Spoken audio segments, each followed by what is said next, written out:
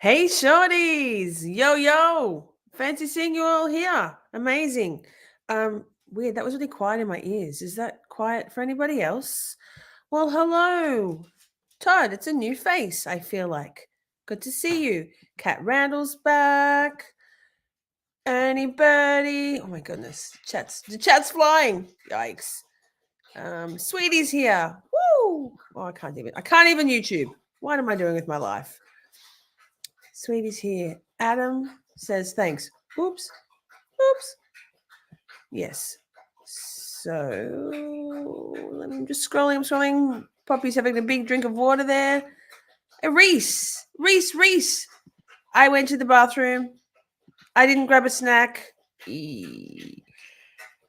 Adam lost his big toe in the portal. Fuck. Okay. Hello, Adam. Hi. Adam's currently in the back end of my. Hey, should I bring it up on screen, Adam? He's like, no, don't. Yikes. Hey, everyone.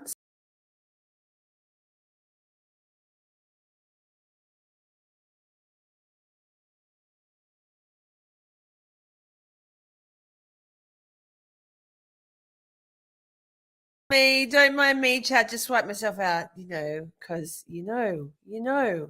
this is just like it's like a whole thing. It's a whole thing.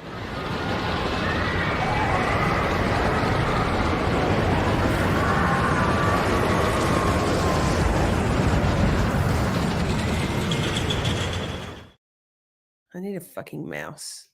Hey, who's back? Candy's back. Yay. Dave's here. I fucking hate Kate Peter. 5 years. Same. Hey, Adam. Oh, he's gone. My image covers up the Let's Talk banner. Yikes. Prince Lover. Thank God you're here. Todd. Shackers, mate. Okay, let me just do one thing because time. I'm just saying we're live because PR bitches. And then we'll get into it because professional. Hey Adam, did you see what I'm saying? Oh, look, he just did it like that. He's so magic. Amy Boston's in the house. Toxic positivity. I'm here for you. Are you bringing people up with you? I can. Wait. I can. If you want to talk, we can do that. I've got some videos to watch, but if you want to come up and talk about it, sure, girl. I can send you a link if you want. Todd's here to chat. Saw Lenny Kravitz last night in Atlantic City. Cool. What is he, like 90 now? No, I think he's my age.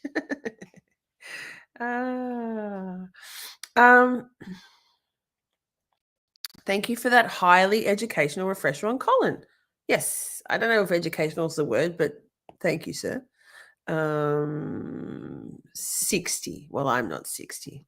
Here to chat. Yes. Lol. I had an outfit change. Put some different lip gloss on because I'm a fair. Mrs. Bookmouse. Ms. Bookmouse. Miss Adventurous Bookmouse. Good to see you, girl. Thank you for being here. Now, okay.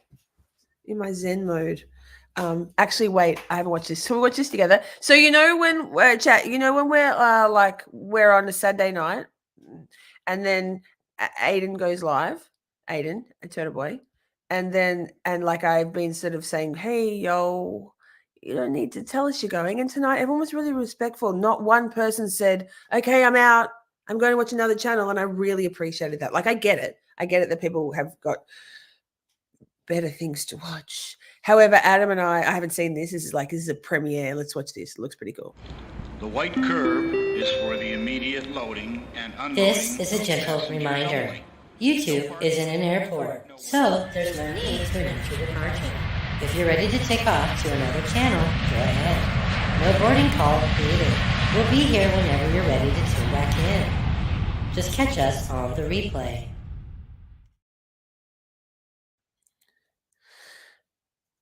Aiden is the shit. I'm the tits. So together. Jokes.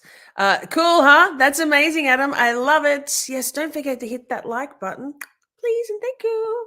That's pretty cool. I love it, Adam. That's great. Awesome, Candy. Awesome. Yes, yes, yes, yes. Yes. Let's stay on topic as much as possible. Now, I don't know if you're taking the piss out of me or if you're doing, but like being serious moderator, or if either way. 747. Whoa. Yes, Terrence here. Huzzah! Yay, yay, yay, yay, yay. Okay, so we're staying on topic. Thank you, Jess, for reminding me to stay on topic. So toxic positivity. One's in the chat if you've heard of the term, other than me jabbering on about it, rabbiting on. Big serious. See, Jess, I knew. If you've one's in the chat if you've heard of toxic positivity, please and thank you, friends. Shorties, love your faces. I'll just wait because there's that good old delay thing. Jess, yes.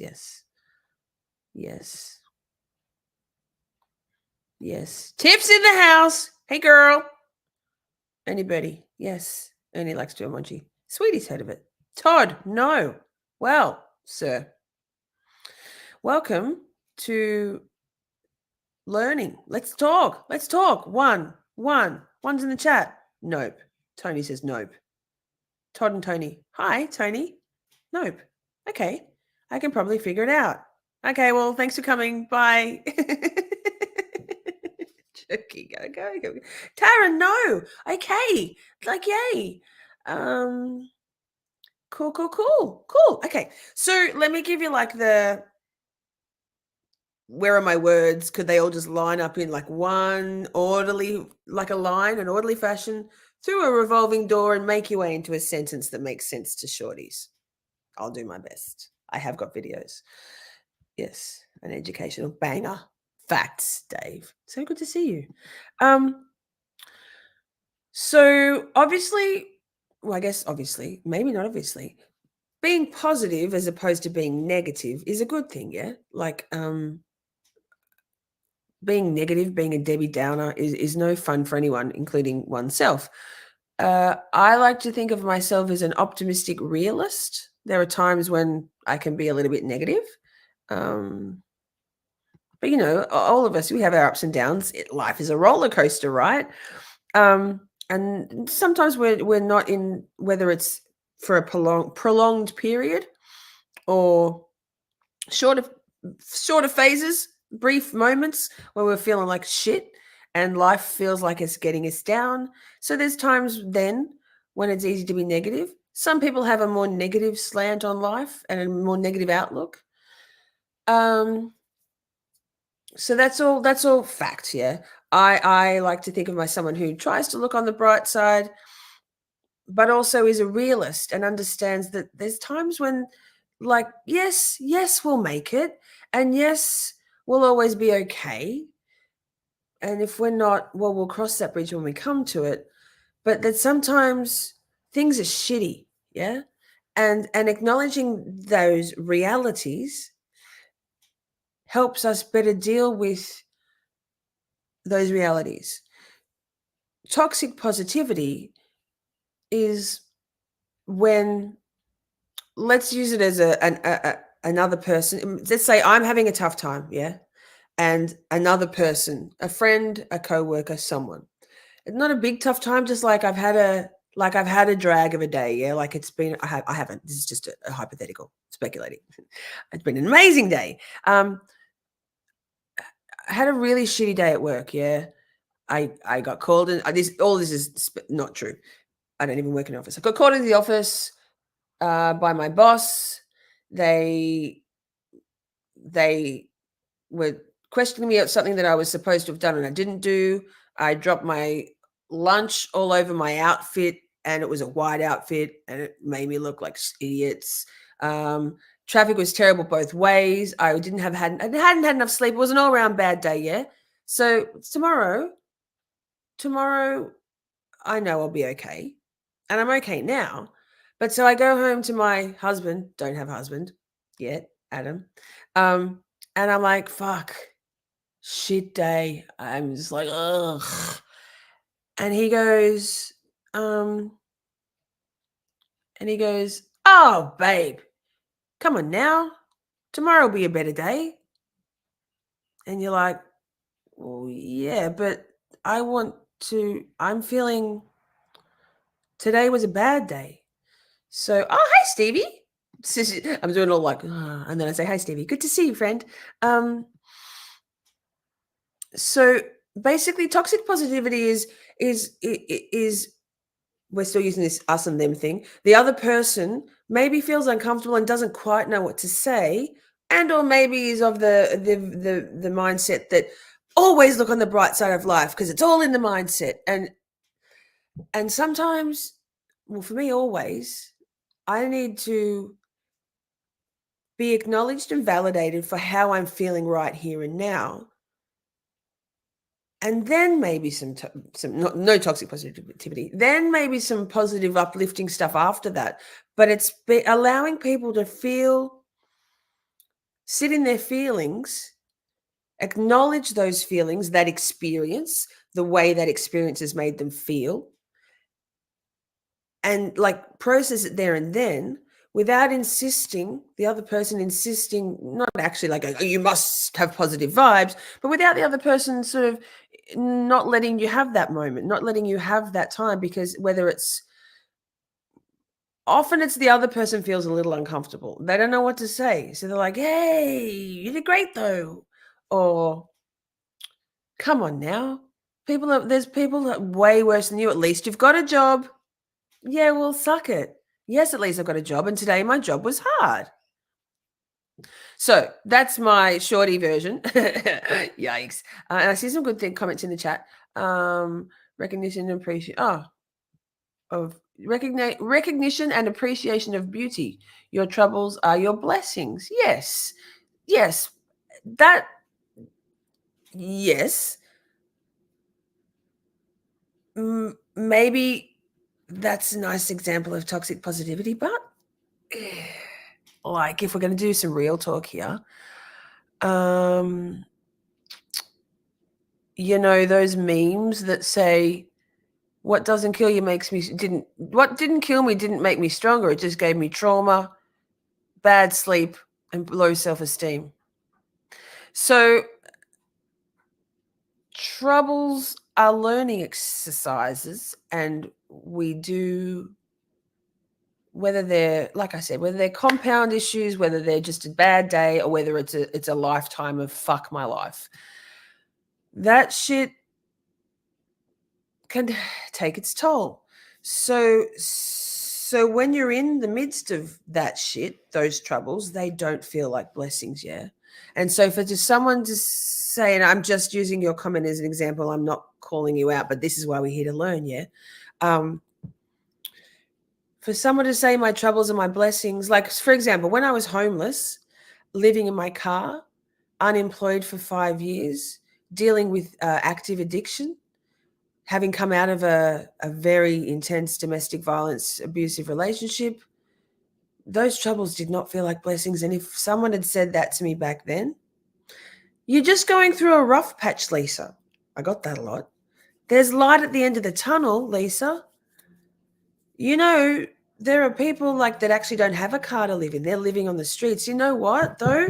For me right now, it's fucking tough. So that's a really good example of like, I would say that, like, hardships are hard, and I'm sorry you're going through that. What else have we got in chat? Yes, life is about lessons learned. Absolutely, Ernie. So, though, okay, everybody, let's do an exercise. Think about whether you've gone through some serious hardships in your life and struggles, or whether you sometimes just have a bad day, either or. Think about a time, what comes to mind? Just let's conjure it up. A time when you were feeling shitty about things. Life was tough on that day, that week, that month, that year. Tough. How would have There it is, Taryn. Boom. Game over. We'll end the live stream. Validation. So, and not diminishing. So think about that tough time, yeah? Imagine if someone in the midst of all of that, when you are going through it, comes and goes, chin up. And there are people worse off than you. And you're like, well, I don't give a fuck about those people. Like I do, obviously, I have empathy. But right now, for me, what I'm going through, I am struggling and I don't need someone to make out like what I'm feeling in that struggle, in that hardship, isn't bad enough, that they're worse off, that there's some sort of hierarchy. And you can do this to yourself. I used to have a friend, no longer friends, not a nice person, but I've learned my lesson with boundaries and who I have around me. But she was going through it, right? She'd been a heroin addict for 20 years, but she was on the methadone, but I think she was still on the heroin. So trigger warning, talk of drug use. I wasn't a heroin addict, just saying. No shade, just it wasn't my drug of choice back in the day. She'd been a sex worker for a long time. Same, not now, but I was 5 years. She had Crohn's and many major issues with Crohn's, and was having to have surgery and was dealing with all of the side effects of Crohn's. Her mother had a stroke and was rapidly declining from dementia, Alzheimer's. She had 2 autistic children, a dickhead ex-husband, father of her children. She was going through it, man. I hadn't seen her for a year or 2, and then I saw her, and she had lost so much weight. She didn't know at that point that I don't think she knew at that point that she had Crohn's. Anyway, details. And like I was like, babe, like, fuck, man, I am so sorry that, like, what can I do to help? Like, what can I do to help? This is shit for you, and I'm so sorry that you're struggling. I'm here for you. And she'd say, I know. It's like, it's hard. And then you could see it in her physically. She'd physically go, but I know that other people have it worse than me, so I shouldn't complain. I'd be like, like trying so hard to make her see that, like, no, it doesn't matter. Of course, there's always going to be someone worse off than you and someone better off than you. But your perception right now is your reality. She was toxic. She was delivering toxic positivity to herself, trying to be rational about it, but in the process, invalidating and diminishing her own lived experience. So we can subject ourselves to toxic positivity. Yep. So I do it to myself. How dare you be depressed when others have it much worse? Tiff, yes, you'll catch up. Basically what I'm putting on the screen, you'll be hearing that 30-second delay. Prince Lover, yes, instead of shoving your feelings down. So like, Todd, we're not like let's focus. We're not doing Kate Peter stuff. It's like, that's not the topic. So I mean, you can go and write that in some of my Karen Reid streams. That's cool. In the comments, agree. She's a dirtbag. But I'm trying to focus, and that's really distracting to me, if that's okay. Thank you. So now I've lost my train of thought, which is frustrating because there's many, many trains. Yes, shoving your feelings down. So I spent a lot of time, about 6 years ago, for a couple of years, doing some pretty intense shadow work, working on my feelings, coming to a level of acceptance and understanding what I was feeling and living through. I had a lot of trauma, compound trauma, a whole lot of shit going on at once, all the stuff I just mentioned and more, a lot of stuff. So I spent a lot of time coming to terms with my demons, the things that I was not loving about myself, working through where they came from. In that time, I understood, became aware, self-diagnosed, self-realization that I was autistic and neurodivergent and ADHD. Later on, I realized that I was also ADHD. So I spent a lot of time doing the inner work, the shadow work, and I think that acceptance about those things really helped me with acceptance of how I was feeling and sitting in those feelings. In that time, I didn't allow myself any music, no movies. I've told this story before, chat, if you've heard it before, sorry. Got to say it again. It's relevant. No music, no movies, no books, no audiobooks, no radio, nothing, no external or stimulation. I forced myself to go into myself, self-reflection for about, I usually say 5 years. That's an exaggeration. It wasn't a 5 years of that. And the work is never done. Self-improvement, once you think you've gotten there, you've probably, like, you're missing the point of life, where we should always be evolving. So I spent a lot of time sitting in the most uncomfortable things about my life and myself and the turn of events in my life. So I became very not comfortable, but I made myself do it. I turned around and I looked at all that shit. I stopped running from it, right? So forcing myself to be in those feelings, I guess, helps me to articulate and set boundaries about toxic positivity, because it's the same thing, but that was on a much bigger scale. And when in moments, I'm like, it's okay to right now be saying, like, this is shit. I'm like, and express it, feel it, and then move on. Because once you've allowed yourself to sit in that, or allowed someone else to sit in that and spend time in it, and you're in your own discomfort, like, it's not comfortable to feel shit. And society kind of tells us, like, we get all that positive vibes shit, like, it's all in the mindset. Nah, man, sometimes shit is bad, and let's just acknowledge that. Sit in it, deal with it, come to terms with it. And then once you have an acceptance, you really can move on. That's key. In life, that's one of my biggest pieces of advice to anyone, that if you have anger or your avoidance issues, if you're feeling self-pity, if you're feeling frustration about others, and you're feeling like there's not enough of X, Y, and Z, or too much of things, when you work through those things and come to terms with them, not allowing them, but accepting them, then you won't have any, I don't often have much anger these days. The things that used to make me angry and make me feel like there was injustices towards me, personal injustices, I don't anymore. Like, I can articulate them, and I don't dwell on it because I did the work. So, Adam, thank you so much for putting that on just while we're starting the chat.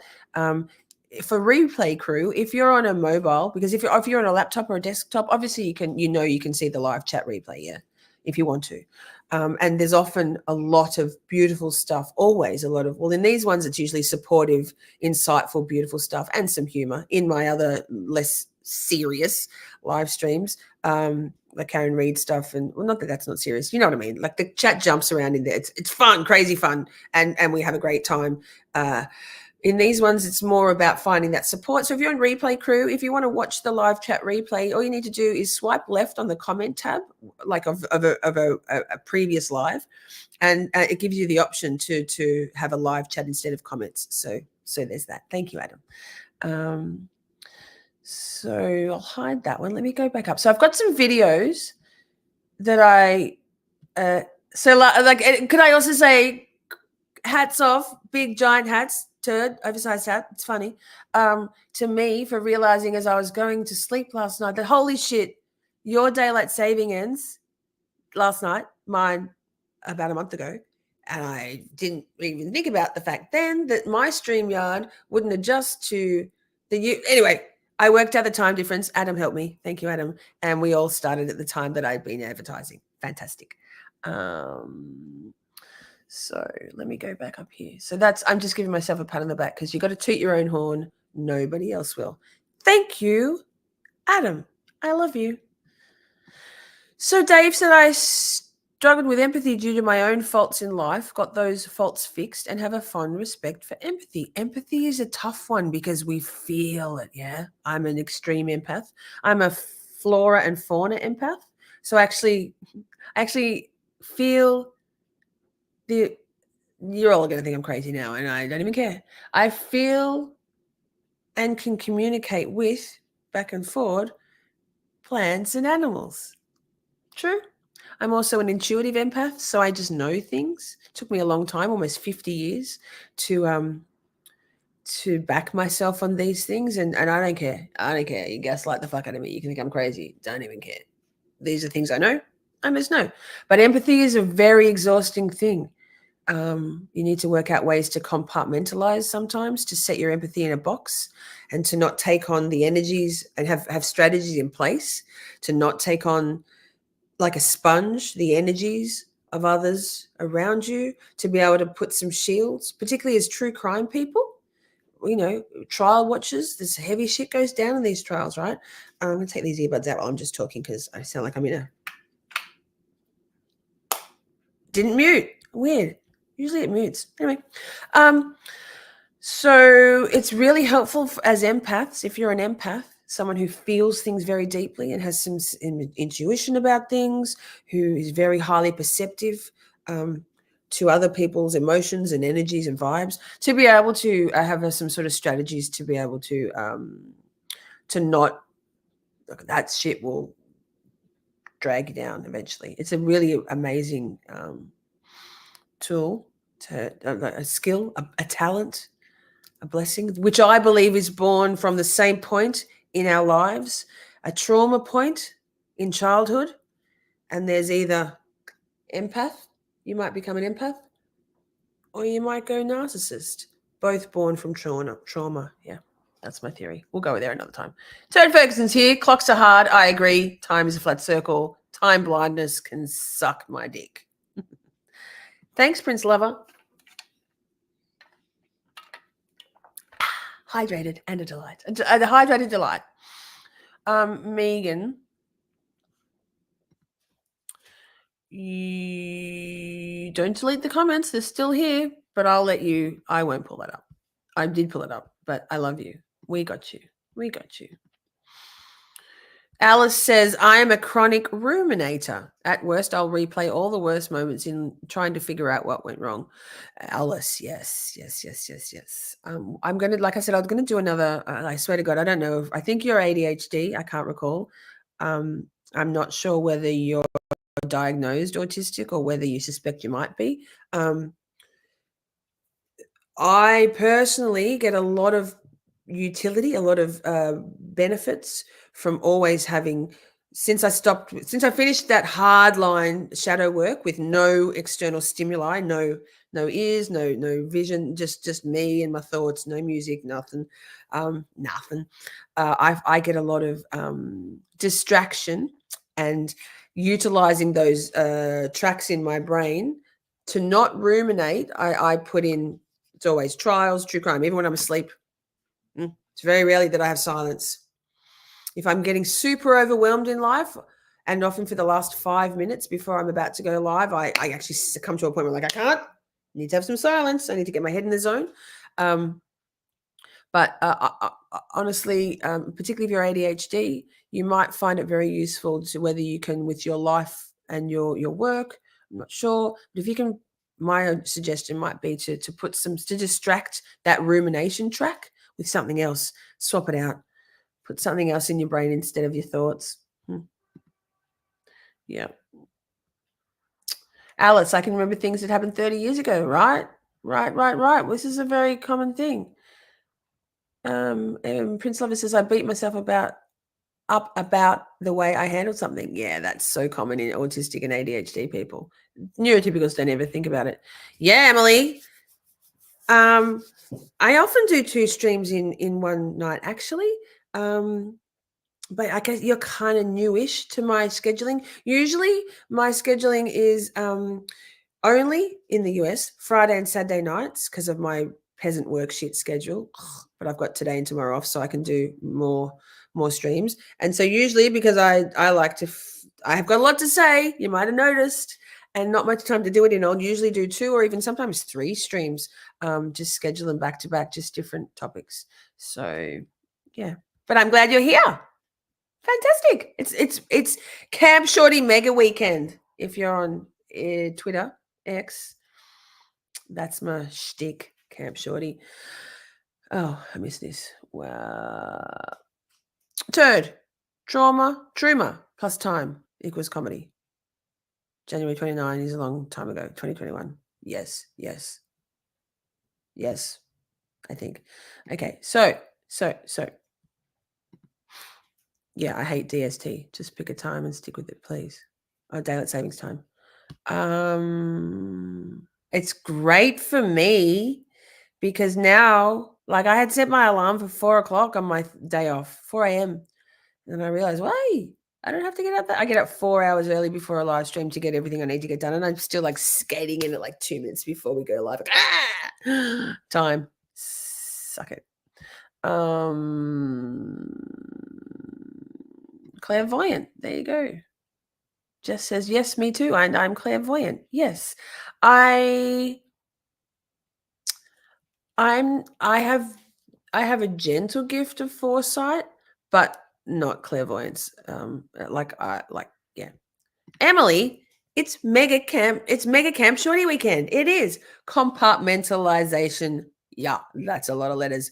Colin Albert could not cope with that word. He didn't even know facilitate. Bless.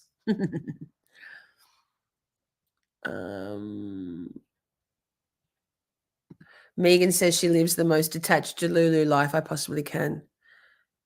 I mean, that can work.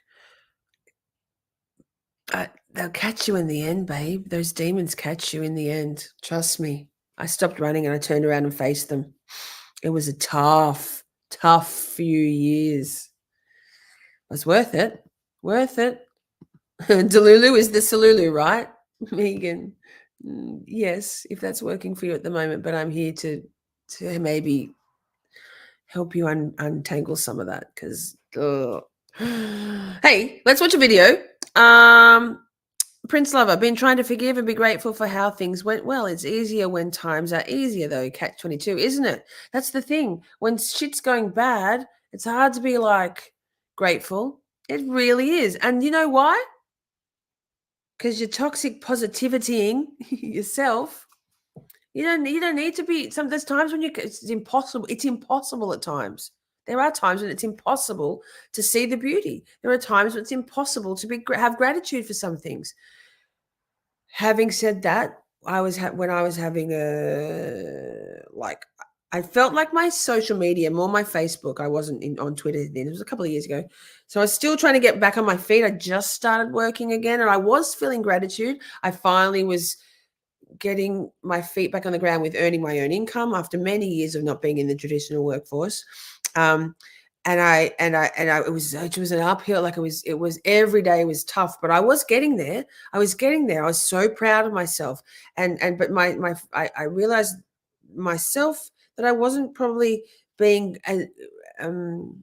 as like consciously grateful for things. So I started actively engaging my brain on the things that I noticed that I was grateful for, whether it was driving into work and seeing the skyline of Melbourne, which is a beautiful city, stunning. I love it. Or, even now on Twitter and in our Discord, I post spring #Melbourne with pictures of things I've seen in nature because I get a lot of joy out of that. And I'm grateful for those things. I don't do a #gratitude there, but I am grateful for those things. But you sometimes have to let yourself be in the dark shit before you can come out of that darkness and start to see the gratitude and be forgiving. And I don't actually, I think forgiveness is often linked to Christianity, organized religion anyway. And that there is a general, and I grew up to the only child of 2 atheists. So forgive me if I get this wrong, but I get the feeling that in some Christian organized religions, there is this semi-insistence that one must forgive. Is it a God? Is it, I'm not going to be disrespectful, but if I say it wrong, I'm sorry. That you need to be able to forgive others and have forgiveness in your heart. But sometimes you don't actually. You don't necessarily. I believe you don't really need to always forgive. I don't believe in retribution or revenge, and I don't hold grudges ever. I personally, if there's something that's happened that I can't forgive, but I'm not going to go the other way. I'm just going to look forward and leave that in the back part of me, because in my rearview mirror, That's my advice to forgiveness, but it's not everybody's cup of tea. And if particularly you've been raised in a religious household, in a religious culture, organized religion, that might not sit well with you. So I don't want to offend anyone. That's just from my perspective, my lens. So I've got a few things to wait.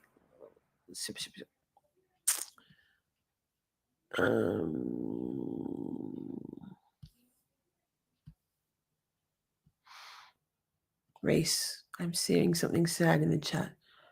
Your uncle passed away. I'm so sorry. That's tough. It's tough when anyone passes away. Oh, Megan, yes, you're being like like everything's fine and your life is burning down around you. Well, here we are. Let's work on this together. Together we can do this. Chat is Bay. This is the place for it. I love you, girl. We all think you're amazing, and not everybody's 100% amazing, but everybody's got positive. Everybody's got things about them that are unique and perfect, even perfectly imperfect. We do our best. It's the best we can do, right? Fuck. And as we get older, we look back and we're like, oh, we should do that then, which is kind of this whole toxic positivity thing. Like I didn't never heard of it, right? I'd never heard of toxic positivity. It's a bit of a new buzzword. I was talking to Adam about it offline, and so because he was raised in a household that was like a very positive. Like you need to be. I don't want to. I'll paraphrase and I'll probably get the verbiage wrong, but it's kind of toxic positivity stuff like you're always going to be positive about things and look on the bright side. And that's an amazing way to be. But I pointed out to him that when he was a child, that's like, however you're like, he's 44. So 40 years ago, 35 years ago, that so much research and understanding and awareness has come into psychology and the human condition and the interconnectivity of things. And so much has changed. And so then if you take Adam's parents, for example, I'm not calling out your parents, Adam. This is just as an example because we had this conversation. Like in their youth, that's even longer ago, that another generation or two prior to that. So just because it wasn't a thing before doesn't mean it isn't a thing and that we can't learn about it and maybe adapt some new ways of communicating when someone's wanting, or your own self trying to express shit times and acknowledge them and validate them. We can learn new ways. That's about being humans. Like, for example, even 20, 15 years ago, 10 years ago, there's no autistic women, yeah? Well, fuck, I'm sorry. I beg to differ. But now they know. And the ratios of autistic and neurodivergent people common research in the past has suggested, I believe the ratio is much higher. I believe it's probably, I'd say there's a majority of neurotypicals, but I reckon it's about 60-40, not the 80-20 or further ratio that research currently sort of suggests. So things change. We learn new things, medical, science, things change. Humans can change. So we can learn new ways. Okay. Love it. I love that for us. So far behind in chat. Shizer. Megan, I'm not trying to single you out. Let's try. I tell myself every single night to try again tomorrow. Try to be better tomorrow. Try to be a better human, etc. It's just a way of me not completely devouring myself. So could we reframe that a little bit, maybe to be like, I'm doing my best with the set of circumstances that I've got right now, with the set of tools, both my brain, my upbringing, my coping strategies, the way I operate internally and externally, my life experiences, and maybe not just try to be better, but I'm doing my best and it's the best I can do. It's all any of us are doing. No one's ever trying to do their worst, I don't think. Colin Albert, maybe. I think it's reframing some things and being kind to ourselves. Prince Lover, remember when you, about a month or so ago, you mentioned about how being kinder to yourself and your thoughts really changed your outlook and that your husband had noticed it almost straight away. Prince Lover says, I was raised Methodist and raised my son in the Methodist church. Without my faith, I couldn't continue living. Well, there you go. Like everybody has a different set of experiences and circumstances that bring us to where we are right here and now. They're all valid. None of them are perfect. None of them are right. They're just all different options in life. I'm a very spiritual person. I believe in the universe and I believe in a God. I'm not a huge fan of organized religion, but that's almost certainly purely because of my atheist upbringing. That's hard to undo. But I have morphed. I have adapted into having a very huge appreciation for spirituality and there being more to life than just what we've got here and now. So there's that. Turd. Too many bright sides can burn your cornea. That's right. And your cloaca.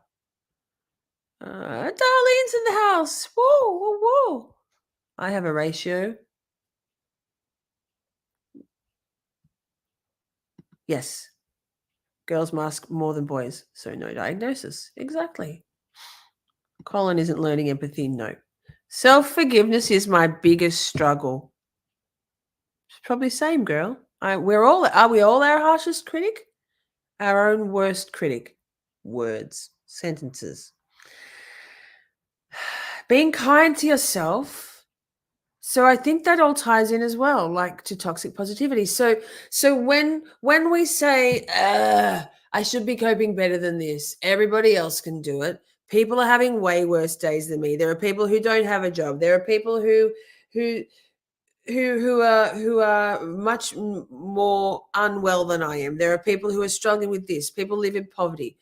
Well, yeah. So we're thinking a bit like that. That's toxic positivity on oneself. But that also having that attitude is not being forgiving to yourself because your perception is your reality. All of us. It doesn't matter. Like how we see things, whether that's with clarity, whether that's with distortion, whether that's through the lens of mental illness and mental health issues, whether that's through the lens of things being kind of skewed, whatever it is, that's our reality. There's no denying it. So when someone else tries to deny you that reality by trying to flip the script on you and say, yeah, but you'll be right. It's just a dark spot. You're just going through a rough patch. No, you're so amazing. Look at you. You can do this. Or even the whole good old ADHD and things like, wow, you could have done X, Y, and Z. Well, yeah, but I also did A, B, and C. Just because I didn't do those other things doesn't mean I haven't done shit. So let's just break it up for a minute here. Let me just check. I have watched little tiny snippets of these, so we could be roasting some creators here. I'm not sure. I've got a bunch of things. I think I've got 4 tabs pulled up, and I've got a few more in my history. After I worked out the daylight savings thing for the US, I was like, oh, I better get some research done for that stream tomorrow because I don't want to talk out of my ass for fucking 2 hours. Lol. Lol.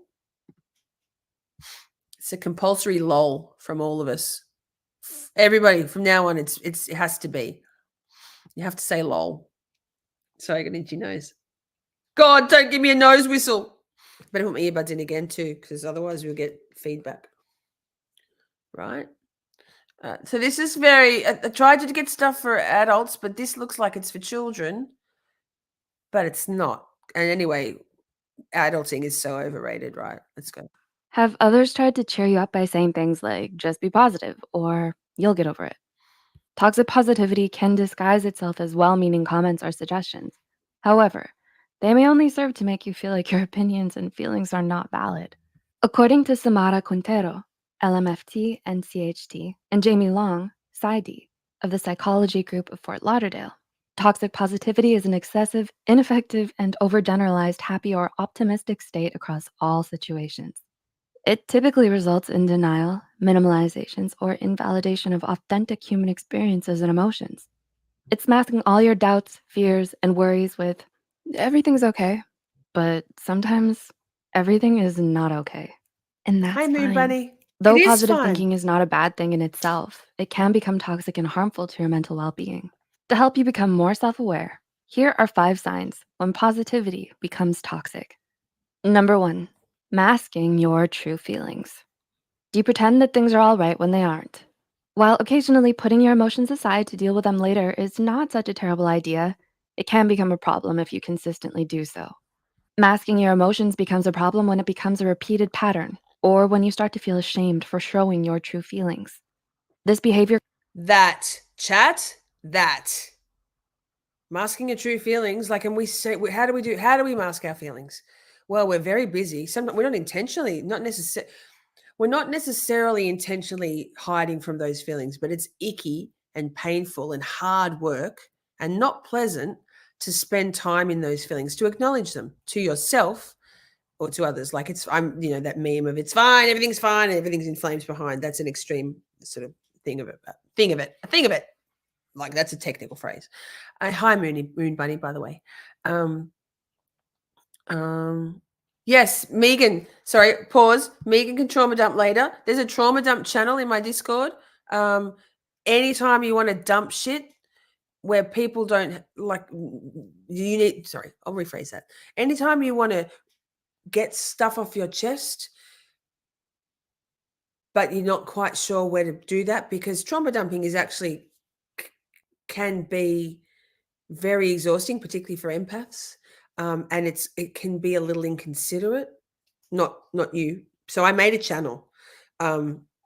Some people don't have the bandwidth at that time. They're going through their own shit. They don't have the bandwidth, and so there's a whole trauma dump channel to dump your shit. And then if someone is feeling, if anyone's doing politics, hard no, just not. Thanks, love you, love your faces. Thanks, Jess.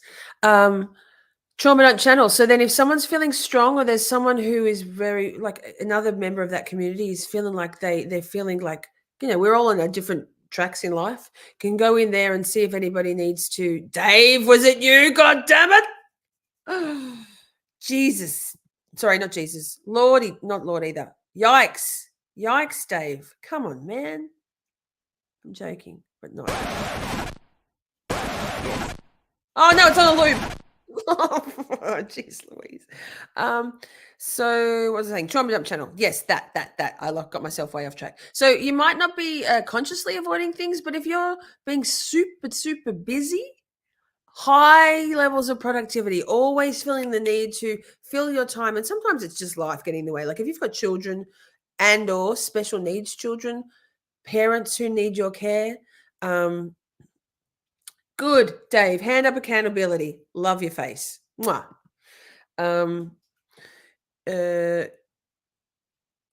So sometimes you can't avoid being always busy. But if you're then also feeling with social things, and you're doing this, and you've got television going, and you've got your work, you've got this, and you've got that, there isn't really any time to spend on those shitty, hard feelings. You just sit, whatever. I actually was quite blessed when I did my shadow work. Admittedly, I had nothing else to do. I was completely alone. I was unemployed. I was trying to untangle myself from pretty deep addiction of meth. So I had a lot of time. So it was I had the luxury to be able to put those years into working through my demons, my trauma, and then come to that point of acceptance. So it's easy. It can be easier said than done. But if you're consciously aware that you're, or on some level aware that you're kind of pushing feelings away, or got something kind of in the back of your mind, like if you're having dreams that are maybe telling you either really blatantly or subliminally that there's stuff you need to work on,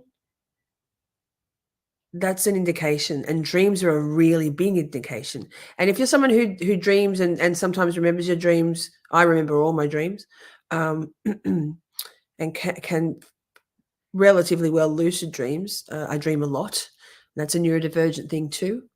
But if you aren't quite sure what the meanings of dreams are, Google it, because you'll be so surprised. Like I can now I can pick most things. But if I'm not quite sure about something, I'll look it up. And I'm like, oh yeah, that makes fucking sense. No shit. Thanks, subconscious. Got it. I'll work on that next. Yeah. Like, okay, here's one. Here's a dream I had maybe last week. It was a fragment of a dream. And I know this sounds stupid. No one likes hearing someone else's dreams, but it's not one of those crazy. And then there was an ice cream that was dancing. It's not one of them. It's like, so all I remember, what I remember of this dream, and I'm pretty sure that was the only fragment, is I was shaking out a bin liner, a bag, for your rubbish bin, for your trash, shook it out, and suddenly the wind caught it inside the bin bag like a parachute or a kite, and took me up, terrifying, all the way up high, and I was holding on, and then all I knew was that I had to either let go now or be gone, and I was like, well, fuck. Obviously, that's me feeling like things are out of my control and things are rocketing a little bit out of my control, and I need to make some decisions on how I can start to be more actively setting boundaries and making decisions and doing what's best for me. Oh, Dave, sorry, I've still got you being apologetic on screen. Lol. And in the week since I've had that dream, I've actually put some changes in place to a sail. Yes, a sail, a kite. Thank you. No dancing ice cream. Hi, Joseph. Good to see you. And that dream was telling me, man, put the brakes on it. You don't have to feel out of control and kind of terrified about the things that you cannot change, because you can change some things. And I feel so much better for it. No nightmares, no dreams. Good sleeps again. So being overly productive, and whether and I know it's hard with life, like Dave said before, like, kids have school, this and that. You got your work, you've got this. You want to stay. You maybe you're someone who wants to go to do exercise. You got the pets at you. You need to cook for the family or not. You need to. You might have a very good big social life. You might be moderating for a lot of channels, and that's feeling very overwhelming. Hi, it's me. That was me. Sometimes you need to wind what you can back so that you can spend a little time not running from things.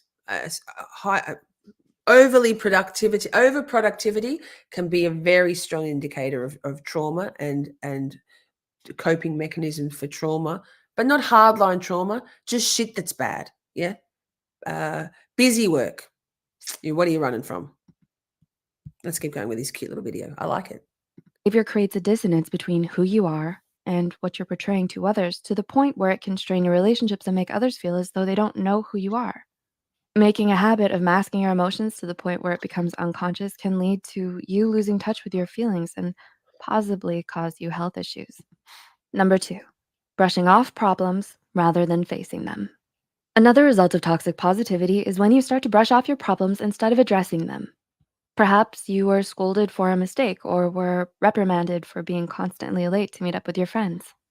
To avoid the emotional consequences of these situations, you might just brush off the incident with thoughts like, it could have been worse, and to busy yourself with other things so you don't have to think about it. It's important here that you don't force yourself to feel better when you don't feel that way. That's it, girl. I love it. Hey, Shauna, thank you so much for gifting a membership. I love you so much. It's good to see you, darling. And I don't know if you've heard this one, I'll but take any motherfucker's money if he giving it away. Shit. love it. So good. Thank you, Shauna. You're beautiful. So that. Mwah! Kisses. Thanks, Michelina. Thank you so much. Good to see you. Rage cleaning. Yeah, man.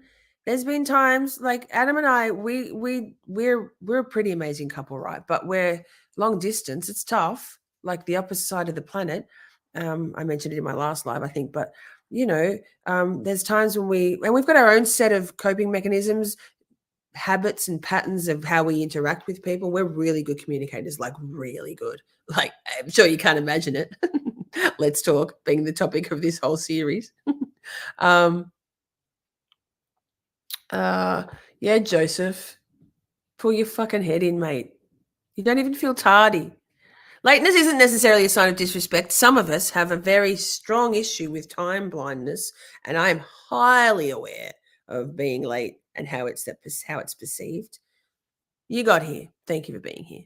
Yeah, so Adam and I sometimes when we actually came to a really amazing we leveled up with our communications yesterday. It was a whole day. It was an amazing day. We had to go through a state of flux to get there. But there's been times when we've kind of been clashing up with our own set of the way we have been coming at our like really minor things, just stuff, just relationship stuff and long distance relationship stuff. And there's been times when I've gone and this is in reference to the rage cleaning. There it is, Taryn. I'm like, I just need some time to with myself and to soothe myself, and not rage cleaning so much, but I get a lot of soothing from cleaning, vacuuming. Oh, by the way, Shorties, my Dyson arrived last week. So good, so good. I got a Dyson again. Anyway, stay on topic. Gosh, keep going. A poor outcome or setback is frustrating, and you're allowed to feel that way. Negative emotions like fear and insecurity usually preclude us from acting. But why not use those feelings as fuel to change? By confronting your fears, you're moving and growing. Number 3, minimizing other people's experiences with bumper sticker quotes. In tough times, people usually try to offer advice or comfort, but sometimes those well-intentioned statements can be harmful. According to Caroline Carroll, a psychotherapist in Baltimore, Maryland, statements like, "just be positive," serve to pressure you to mask your feelings and invalidate your experiences. They plant doubt in your mind, making you feel that your emotional response is inadequate or wrong. Unfortunately, these doubts can become internalized and transform themselves into negative self-images of being weak or insufficient. Ultimately, these phrases don't give space for self-compassion, which is vital for your mental health. Number 4. All of this, all of this.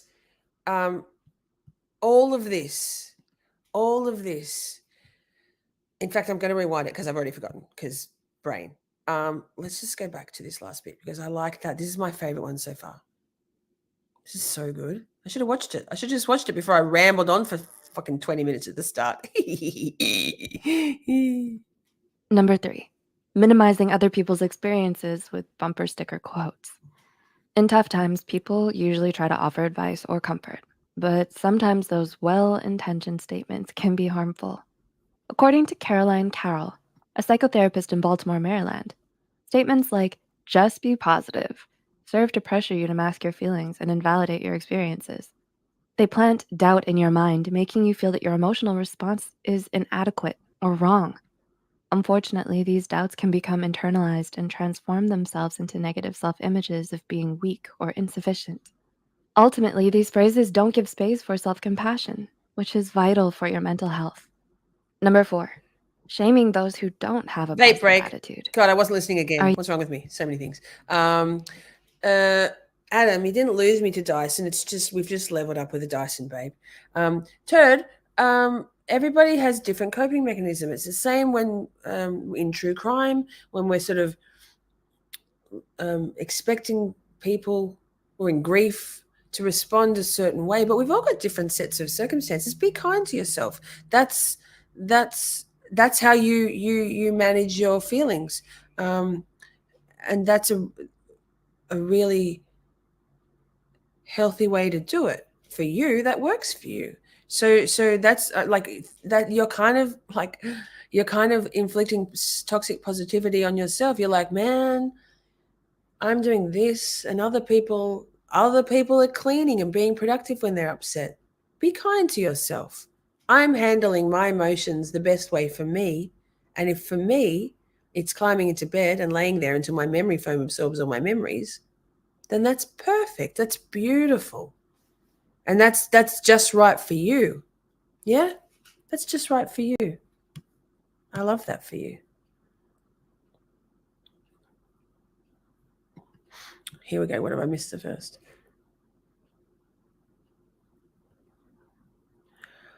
Are we still talking about time? Okay, so time blindness is a huge thing, and if a person, there are many people who have no understanding or experience with time blindness. It's a real thing. It generally is a neurodivergent thing. So someone autistic, ADHD, dyslexia, Tourette syndrome, dyscalculia, aphantasia, where you don't have any mind's eye at all. So time blindness comes into that, and trust me, people who have to live with time blindness feel a lot of self-shame about it, because those who don't assume that we don't give a fuck about other people's time, and that we don't place importance on arriving somewhere in a timely manner or starting something in a timely manner.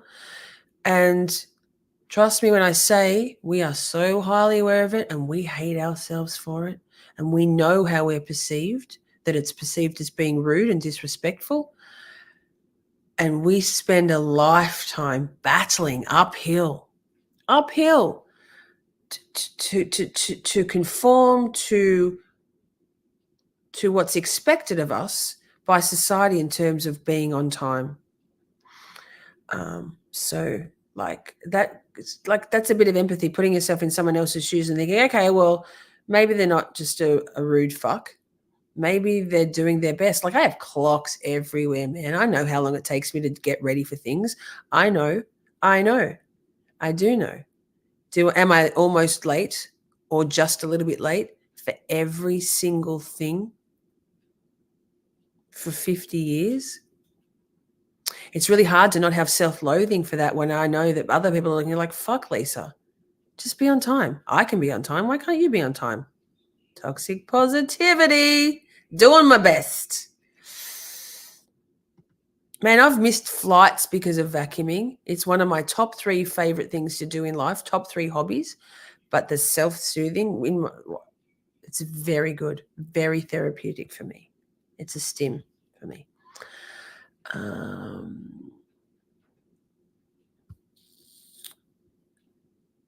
Yes, just right for you. If only more people understood, accepted this point.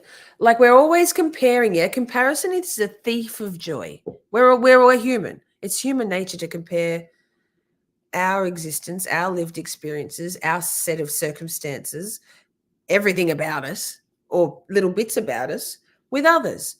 And that's that's toxic positivity as well. It's like, well, they've got this and that. Why don't I have this or that? They can do this or that in this and that way. They seem to handle it. But I guarantee you, there's not many people out there who are handling everything as well internally as they might be putting out externally. I guarantee you.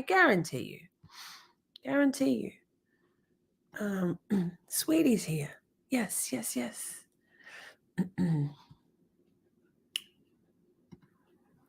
Joseph Kane. Thank you for the explanation. I now feel. What was that word that Megan? Was it Megan? Are you still here, Megan? Cromp. What was that amazing word? Troop. I can't remember. It was so good. Pack the Dyson. Yeah, well. Patricia's in the house. Love this conversation. Well, good. Let's talk about it. That's what we're here for. I bought my mom a dementia clock, but it is great for everyone. Oh, I'd love you to share that in the Discord somewhere, Turd. Where can we put that? We'll make a channel about it. I'd love to know what that is. That sounds great. How do I self-soothe? What do you do to self-soothe? Me? You might see me sometimes doing this in chats when I'm live. That's a thing I do when I'm feeling things more. Like I vape. Very soothing for me. It's actually not the nicotine, although it is now. My body is addicted to it. But the breathing, the inhale, exhale of vaping, vacuuming now. For me, listening in my ears to things that, like, random. I know this is maybe weird, but like listening to trials without any interaction with humans. So no chat. I have to have. I've extricated myself from moderating from all channels, and I'm taking a break from being in Adam's lives as well, because I've just gotten to the point where I'm feeling a little overwhelmed by everything, and then that's affecting how I behave in those chats. So I need a lot of solitary time, myself personally. Solitude, this tattoo here means solitude. While we're at it, look at my pirate flag. Yeah, Adam, where's your roller coaster? Just saying. Self-soothing for me is finding a quiet space. I'm an only child, and so I spend a lot of time by myself as a child. So I need to spend a lot of time not interacting with humans, and that's tricky when I want to speak to my boyfriend, my partner, and I'm at work all day. I have to be interacting then. As soon as I wake up in the morning, I'm responding to chats and messages and emails, checking in on the Discord. When I was moderating, I'd often get up and have to start moderating for one of the channels straight away. So human interaction from the second my eyes open. I have my phone on silent, no vibrate when I'm asleep, always no vibrate. But if I wake up in the night to go to the toilet and I check the time on my phone and I see notifications, I'll sometimes respond to those things then because of the time difference. They're almost always from people overseas in the States. So for me, self-soothing is being actively managing my human interactions and making sure I've got a lot of quiet time. And I haven't been doing that for myself, which is where that dream came from. That's where that dream came from, of feeling out of control and like terrified, because the obligation, I want to interact with other people, but it's a lot for me. Yeah. Hey, the Goodsman's here. Woodsman. All the shame. What did Ernie say here about time blindness? But yeah, self-soothing. I think I listen to true crime, like trials, not true crime, trials, and like Grizzly True Crime. Andrea Burkhart at the moment. I know it doesn't like it's. I'm also very highly aware that my choice of genre is very dark, and I think that's been contributing to my sense of overwhelm. Doing the Leilani Simon case, the Sarah Boone case trial, both of which very tragic, and now I'm in Richard Allen. Like I'm feeling the heavy weight of what I'm listening to. So I'm vaping, vacuuming, cuddling with my dogs, and trying to get decent sleep. You know. But what was this? Ernie Birdie. Yes. Time blindness causes distress for the one who have it. If more people were aware of it and more compassionate to it, it would help the world run smoother. Everything is made up and stupid.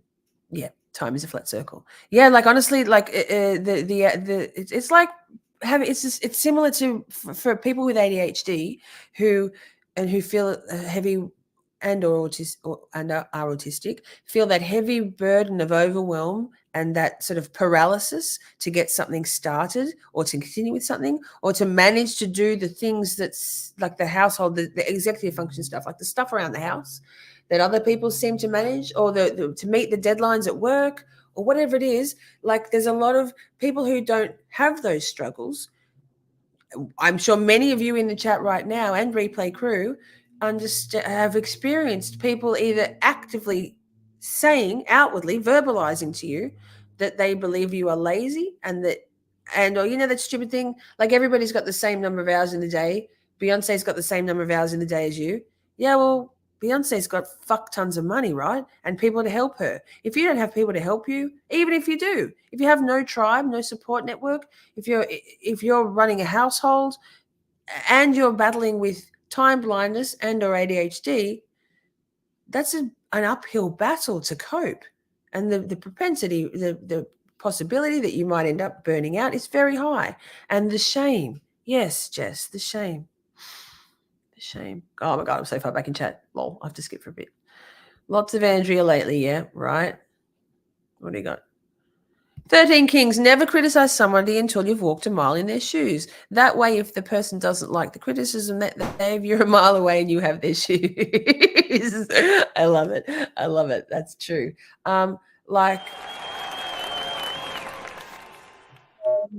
Theft is bad, folks. Theft is bad. Don't take anyone's shoes. Ew, someone else's shoes. I don't need any. I've never I've come under fire with a lot of overt, explicit judgment and stigma being pushed on me for some of the choices I've made in my life, and I own them all. I've talked about all of them so far in my Let's Talk series. If you want to go back and hear all the dirt about me, like, I am safe from trolls because there is no secrets. There are no skeletons in my closet. If you want to know, just find it. It's already out there.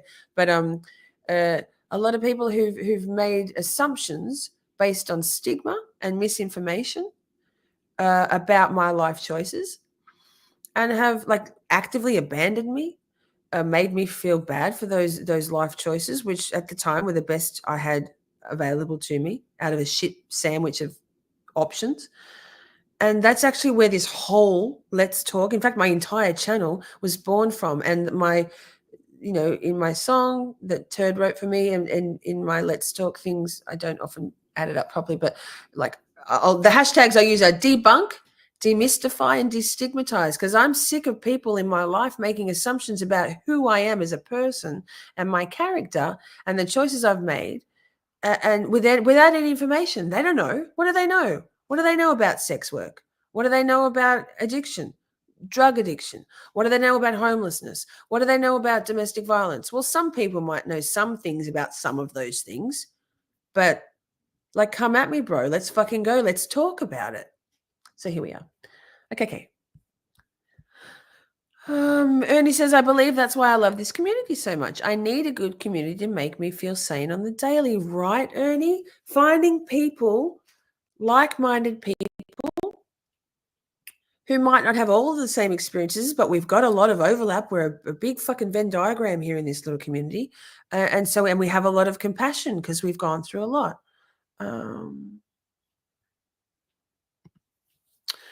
Working for Department of Defense and military, people made my tendency to be late 10 times worse. The more they harped on it, the more my inner rebel sabotaged me. Yeah.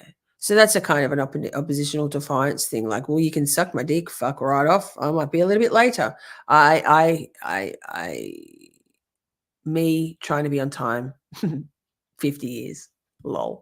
Let's keep going with this cute video because I think it's really it's really well done. Really well done. Are you a skeptical person? Oftentimes, toxic positivity can end up shaming people who lack a positive attitude. However, there are moments where analysis and foresight are necessary before making a decision. Sometimes jumping into a choice hoping for the best is not the best course of action. At the same time, there are also some people who lack good faith and are not motivated by goodwill. So it's important to have a balance. It's always good to try to give the benefit of the doubt if deserved, but also to avoid blindly approaching all things in life. And number 5, feeling guilty for feeling sad, angry, or disappointed. A Patricia, clear sign yay! of toxic positivity is when you feel ashamed for experiencing negative emotions. While many prefer to categorize their emotions into negative and positive ones, emotions are much more complex and nuanced than that. So if you're going through a tough time, it's quite normal to feel angry, frustrated, sad, disappointed, or whatever other emotion. Try to avoid judging yourself too harshly, as it may end up impacting your mental health. Did you relate to any of the signs we've mentioned? All Let of us know in it. the comments below. All If of you it. find this video helpful, be sure to like, subscribe, and share this video with those who might benefit from it. We're And don't sharing forget it. to hit the notification bell icon to get notified whenever And I Psych2Go posts liked a new it. video. Did I? The Excuse me. references and studies used in this video are added in the description below. Thanks so much for watching, Did I and like we'll see it? you in our next video. Rude. Didn't even like it. I'll subscribe it. Fine. I mean, not fine. Yes, subscribed. I need more notifications in my life. 100%. Stop sharing. Yeah. Okay. Oh, wait, where am I? Here, in the corner. Eee. So that's that. Oh my God, it's still in my ears. Lordy Dordy. What are we hearing about Emily? Okay. Emily said, Patricia, congratulations on making 46 years in nursing. That's so honorable. I'm 15 years in and feel like it's been 46. Patricia said, I hear you, Emily. Bravo to all the nurses out there. I couldn't do that job. And I have so much mad respect. You are underpaid, overworked, and undervalued. And thank you all the nurses, but Patricia, particularly Patricia and Emily and any other nurses in the chat. And Ernie, you are a real one. Amazing. Imagine having that level of empathy. I just assumed, never assume, that that Ernie lived with time blindness. But no, I myself don't have time blindness. I'm actually very punctual. Oh, the shade. I'm joking. But I have no problem accepting people with time blindness because, yeah. Nurses, bravo. Amen. Tiff Knox says yes. All of this. Tiff Knox says this, and this. Adam says this.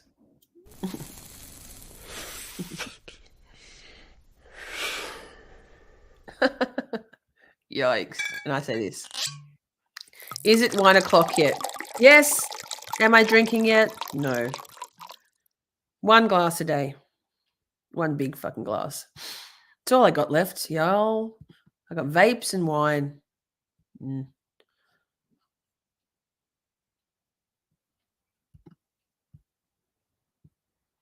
Yeah, when I was a sex worker, I would always insist when I was a private escort working for myself. Previously, I'd worked in an establishment, a brothel. It's legal in Australia, by the way.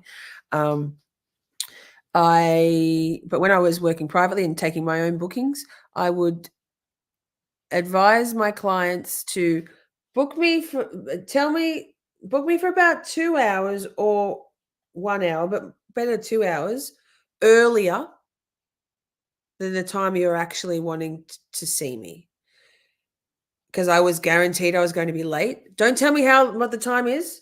And with my inability to be on time, and I was like, I knew it even then. I was like stalling hard. I was at the end of my 4.5, 5 years, and it was destroying me. But I said, I used to say basically, you say if you want to do 10:30 p.m., you say 8:30 or 9 o'clock, and then by the time I'm actually ready, and I say, hey, it'll be about the same time as you actually wanted to see me. So there's that. Lol. Time Nazi. Joseph, I find that hard to believe. You're late to every live stream, but okay. No shade. Okay, what is the next video we've got? What's the next video we've got? Let me see. That was the most fun and delightful one. Let me check. No, I'll go share screen. Present. Share screen.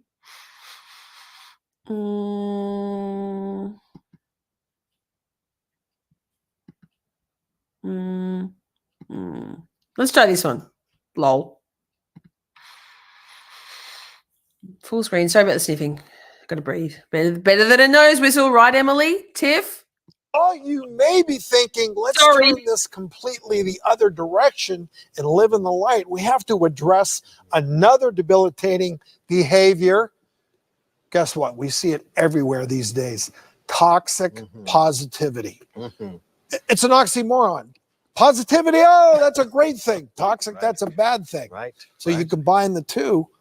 So let's dive in here. What are we talking about, Doc? It's the refusal to acknowledge that it is okay to not be okay. Yeah. Everything doesn't have to be sunshine and rainbows and puppy dogs, right? It's okay to be able to say, you know what? Life is okay, but today it's not a good day for me. So toxic positivity is when somebody always puts a positive spin on whatever. No matter what it is. Right. No matter what. Well, it could be worse. You could be dead. You could be broke. You could be homeless. Like, right? No matter what, there's always a positive tail at the end. Which isn't healthy. I mean, you've talked about it so many times on the show that if there's something going on inside you, you need to address it, and you need to properly process it, whether it's grieving, if you need to be sad, if you need to be reflective. It's part of the process of maintaining good mental health. Right. The toxic positivity, it's a perpetual state of denial, because you can't acknowledge that life today has a bump in the road, a hurdle you need to cross, and it's okay. We've crossed them before. We can cross it again. It is the ultimate when it comes to invalidation.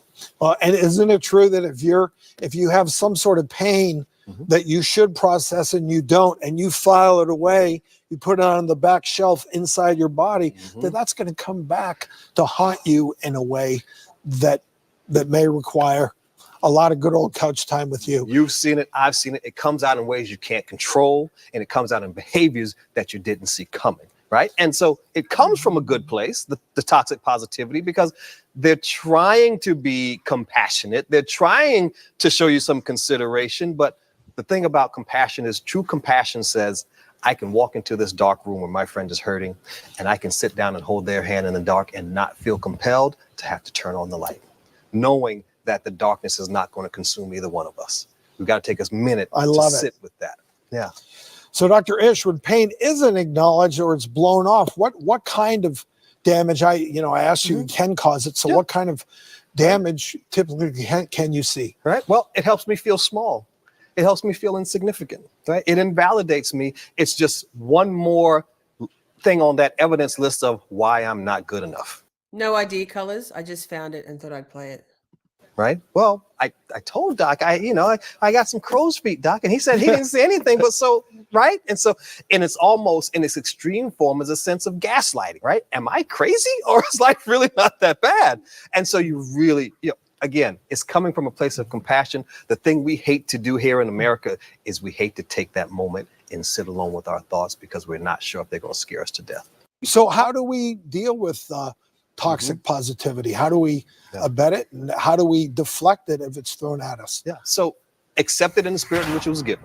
Hey, you know what? I really appreciate.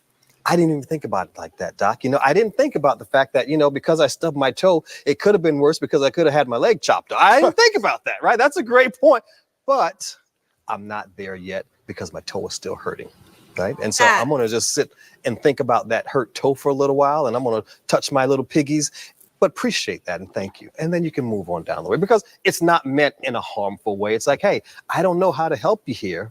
I can just try to help move you to the solution, because staying on the problem makes me uncomfortable, and it may make me think about some things that aren't going great in my life. So people want to move to the fix as opposed to sitting in that dark. And the dark is okay because, right, it helps define the light. You are good at this stuff.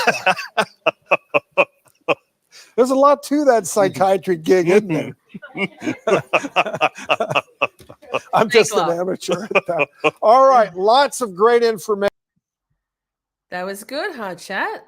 I like that. I didn't even watch it, and I just must have known it was going to be good. So, sitting in the dark is hard, but it's okay. It's important. It's important. Timing is key. Dave's channel. Dave says facing your demons head on is the only way to move forward. Absolutely. I would still be stuck in my same loops of my frustration with myself, my anger about my situation, my pity party. I let myself sit in my own darkness, my own squalor. I made myself, and I gave myself as much time as I could. As I needed. I knew I'd know when I was ready to sort of open up the blinds and come out of that darkness, and I did. It took a long time, but I did. But that was my big darkness, my big shadow work period. I'm still doing all the work, and my dreams are still telling me what I got to do. And I think you'll probably find that most of us have those little glimmers of thoughts where we're like, it's too much and too hard. I can't. But you can. And it might be hard, but life wasn't meant to be easy. Is that toxic positivity? No, I think that's realism. And it's going to be worth it. It's going to be worth it. Yeah, he's laugh. Amen, Dave. Amen. You're welcome, Emily. Thank you, Shorty, for your honesty and education. I love this. I mean, so what is shadow work? Shadow work is work. Yes. Shadow work is basically actively allowing yourself, basically what he just said, but he was talking about it more in a day-to-day sort of thing. But basically allowing yourself and almost forcing yourself to acknowledge the shit stuff, the hard stuff, the struggles, the hardship, the heartache, and come to terms with that, to come to feel the feelings that most of us try to avoid by whatever means, whether it's being overly busy, alcohol, self-medication of drug, like non pharmaceutical drugs, over exercising, socializing overly. So cutting out all that extraneous stuff, or as much of it as you can possibly do, so that you have some peace in your surroundings and what's coming into your life, external stimuli, and without all that noise, if you're willing you'll be able to feel the feelings and work through them, and you'll have some light bulb moments. I did. And you'll love yourself more. If you don't love yourself at all, then you'll love yourself some. I used to, like, I had so much self-loathing, I hated myself, hated everything about myself. And now I very rarely hate anything about myself. There's still some things that I'm working on, obviously, because that's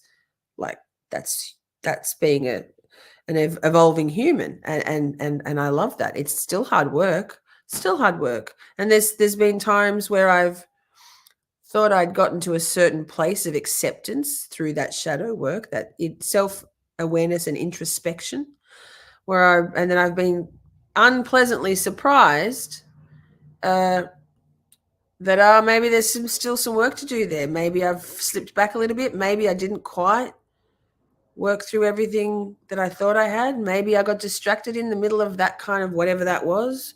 Or chose to, maybe it was tough. Maybe subconsciously it was a bit too tough, and I moved out of that. So yeah, Tiff says, getting real with yourself, finding what works and what doesn't, and then working to accommodate yourself. That's a really good explanation, Tiff. So once you understand how you work, and these kind of things, like understanding about time blindness, understanding about toxic positivity, maybe coming to the realization that you're probably, possibly, likely, definitely neurodivergent, and then empowering yourself with the knowledge and understanding, doing some research about that, you can better understand yourself. And then you can, when you understand yourself, you can have strategies to navigate through your little intricacies, the unique things about you that make you, the things that maybe you don't love about yourself, but that they're part and parcel of you. And so accommodations are where you're making allowances, making some space for a certain aspect of your life or someone else's life, so that they can operate or like navigate through that with a better circumstance. Basically, so disability ramps, wheelchair ramps, disabled car spaces, they're accommodations for someone who has a physical disability. Perhaps in a workplace, flexible working hours, allowing the person to work from home, maybe acknowledging that some people can't have bright overhead lights or fluorescent lights, so allowing that person to have those lights off. They're all accommodations to help a person, whether it's yourself or another person in your space, be able to exist more comfortably. And that might be that it's accommodations in terms of being kind to yourself, because you know yourself better and you understand yourself better, and then you can make the room, little bulges in the package of your existence, so that, like, for example, I've been extraordinarily overwhelmed with everything. I think I've made it pretty clear. Like, I've felt overwhelmed with things I had to take last weekend? Last Saturday night, I didn't stream. I basically had to shut that shit down. I needed to just have a day. I didn't know how long I'd need. It turned out to be a day, and here we are back, mega Camp Shorty mega weekend. But I also was struggling with cooking for myself dinner time. And I can't afford to get takeout. So the accommodations I made, based on my state of overwhelm and my very close to the edge of a full burnout, a full breakdown, got myself some nice frozen ready-made meals from Aldi, and And that helped me just, okay, so it's not ideal. It's not what I really want to have, but I can't afford takeout. I have to have dinner. My work is very physical. I do 15 to 20,000 steps a day. And then I'm busy, busy, busy. So I got some frozen meals. So that's an accommodation for me, practical accommodation to help me feel more comfortable and get through this tricky spot in my life. So has anybody else got any suggestions of accommodations that maybe they've worked out, help them like be kinder to themselves and help them navigate through? What's some other ones? Like, so for example, say you said to yourself, okay, I'm going to make sure, like, okay, here's another one for me. Like, in a perfect world, I make my bed every morning beautifully, immaculately, all the pillows. Yes, Adam, I'm an all the pillows kind of a lady, girl. But it's been the longest time where I've had the headspace, the bandwidth, and the time to actually make my bed. And I've had to actively go, it's okay, it's not perfect, but you're doing your best right now. And making your bed right now, like a quick pull up, yes, pull up the covers and stuff, zhuzh the pillows, just with the two I sleep with, and that's okay. And I made my bed today. Like I made my bed today. Yeah, I haven't made it in weeks and weeks and weeks. What else? I don't like using the tumble dryer for any laundry at all. I have it for like, it's a blessing to have, but I very rarely use it. But sometimes lately I've been like, I hate my sheets in the tumble dryer when I wash them. I wash my sheets every week. Another bed story. But I've been going, you know what? It doesn't matter. Like that sheet's not going to dry in time. You're doing a lot because my washing days and my streaming days. Like I get up in the morning and start getting ready to stream, and I stream for 2, 3, 4, 5, 6, 7 hours. Both days are my weekends. So yeah, in a perfect world, I'd be wanting to fucking hang those sheets out in the sun, get them exactly how I like, or on the airing rack in my spare room. But I'd be putting those sheets in the dryer and going, it's okay, because that's the best. That's the best I can do. And that's okay. So what do you got? Emily says, my whole life is accommodation right now. Being a single mom with 2 kids, one with special needs. Well, Emily, if there's anything that we can do to help you with that, I feel like probably this community is helping a little bit, just feeling like you're seen and supported and heard. Not to mention a single mom who's a nurse. Girl, you're amazing. But if that sounds fucking tough. Like that's tough. We're here for you. I've been working up the courage to ask to use it as an accommodation. Oh, I missed the first part of that, Alice. I'm sorry. Let me go back. Y'all are active in chat. Colors says, I don't think I've ever hated myself. I wonder why I wasn't like that. I mean, I know for me, my parents never really put a huge amount of time into me.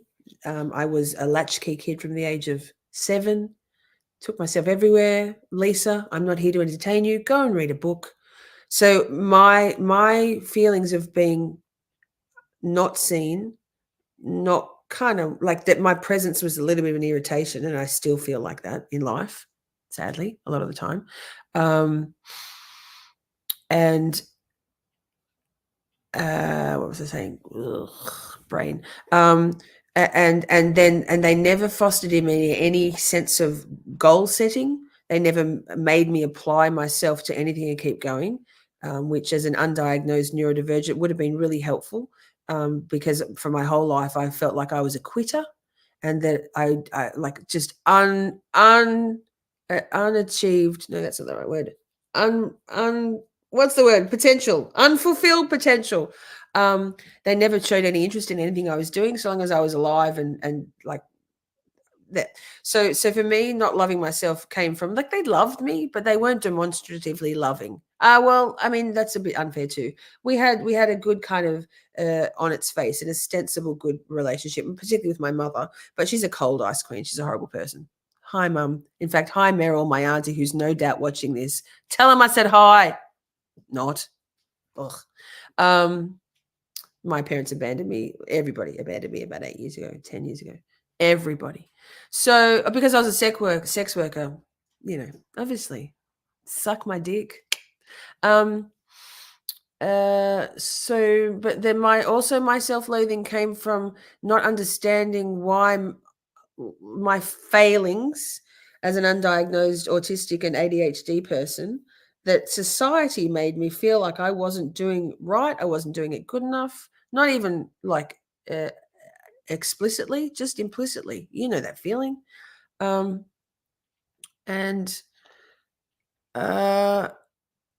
I didn't understand myself. I didn't know why. It got to a point where I was like, there is something wrong with my brain. Why the fuck am I like this? And I still quite often say on these lives, why am I like this? But the unspoken part of that is, lol, I know exactly why I'm like this. It's because my brain is different, because I'm autistic, and I love that. But I didn't love that because I didn't know. I didn't understand. I didn't know there was other people out there. Oh, everybody always made me feel like, you're fucking weird. Like, you're very unique, aren't you? Which is a nice euphemism for saying you're a fucking weirdo. Made me feel like I was too much, not enough, too talkative, annoying.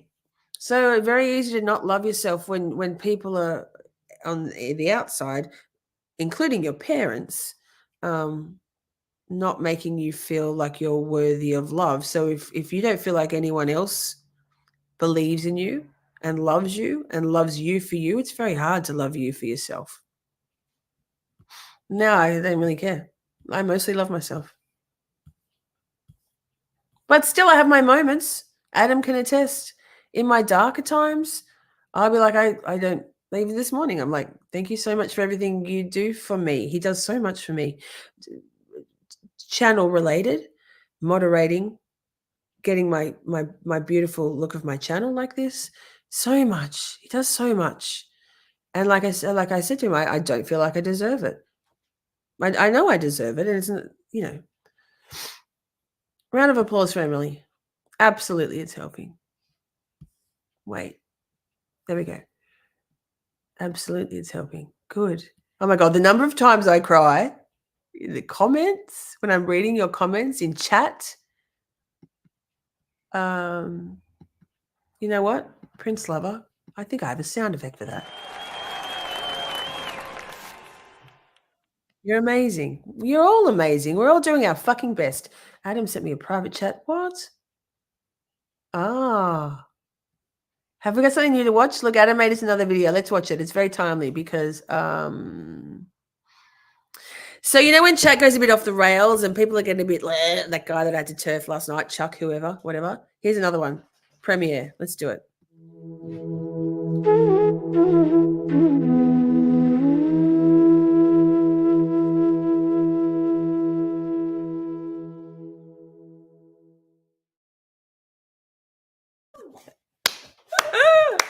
It's great, Adam. I love it.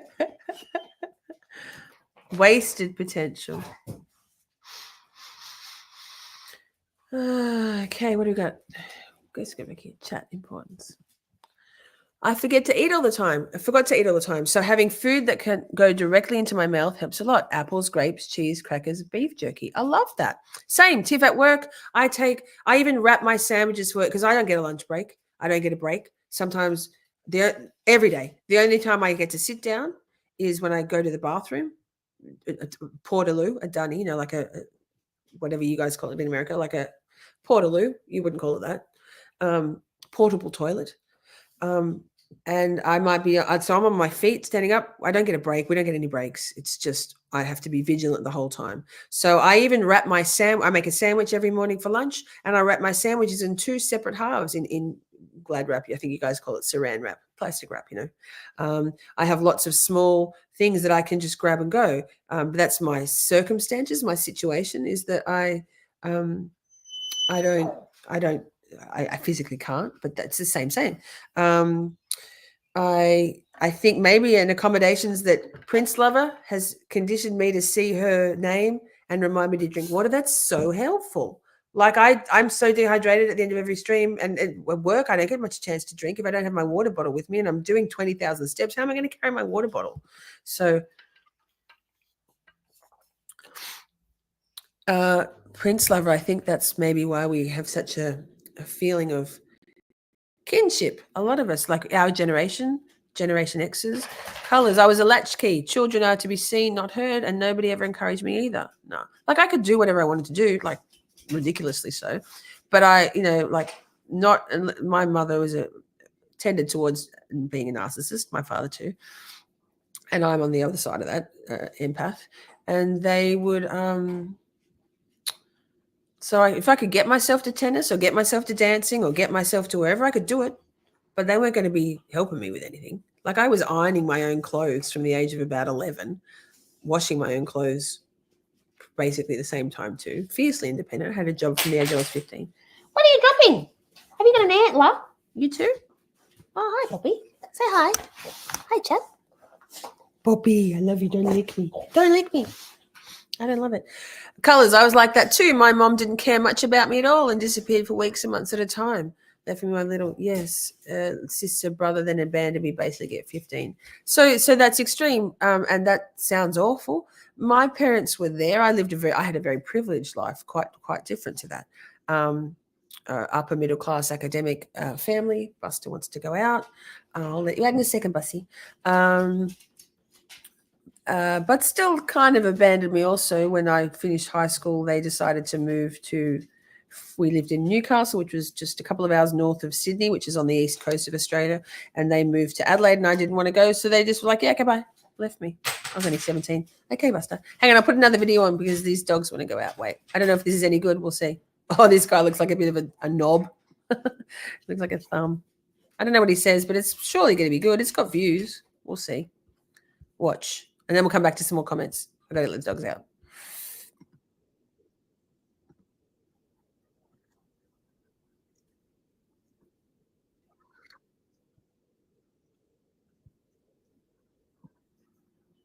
Oh, what did I just do? Sorry. Gosh, why am I like this? You can't see it. It's playing and you can't see it because I haven't shared the screen yet. That's cute. I love that for us. Sorry, guys. I'm a professional.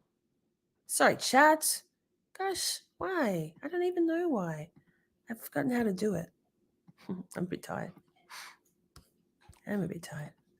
This one? No, this one. Share. This is how you do it. You can't just play it. You guys can't hear that.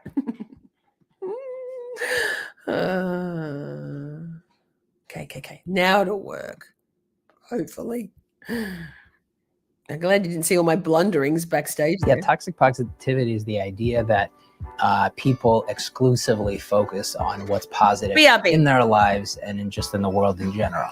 And although keeping a positive attitude is a really good idea, it keeps people motivated to move forward in their life, keeping their focus exclusively on positivity at the detriment of not paying attention for how they truly feel about certain phenomena in their life and in the world is actually pretty deleterious.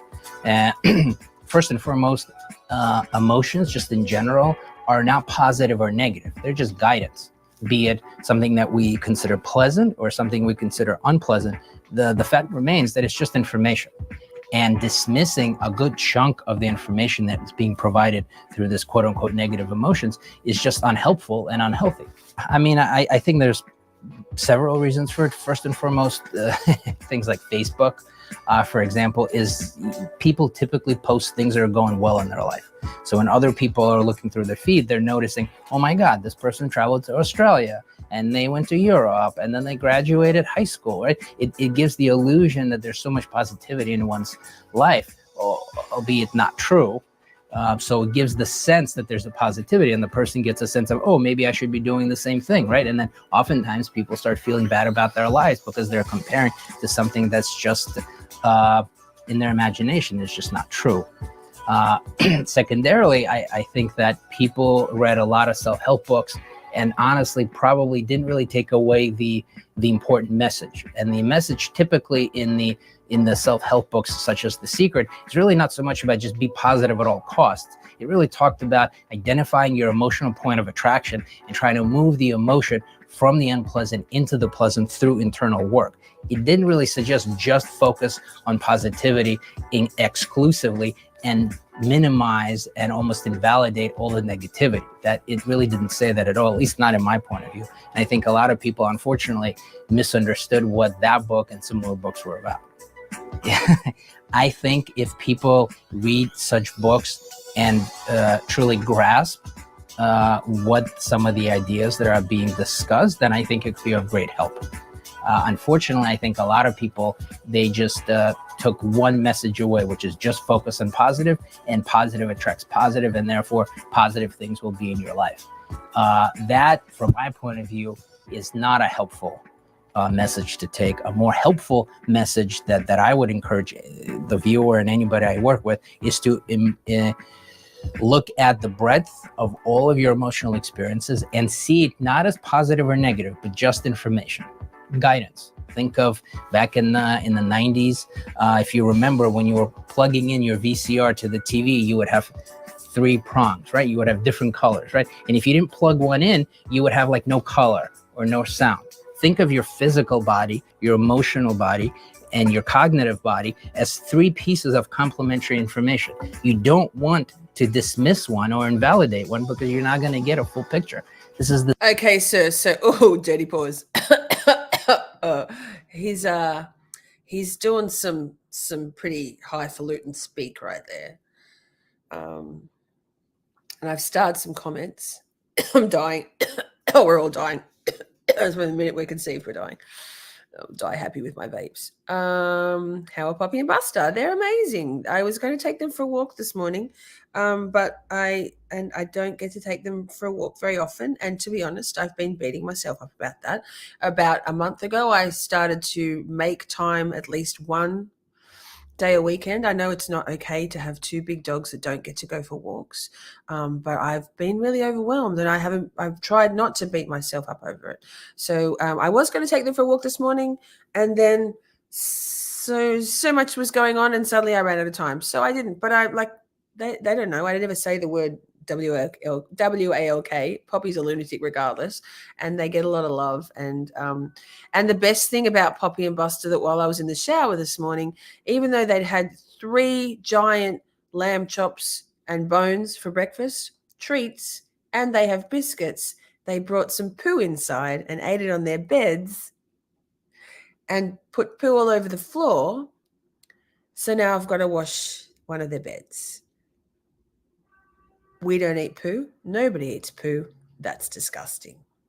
It's been a while since they brought some poo in, so I don't know. You tell me, how are Poppy and Buster?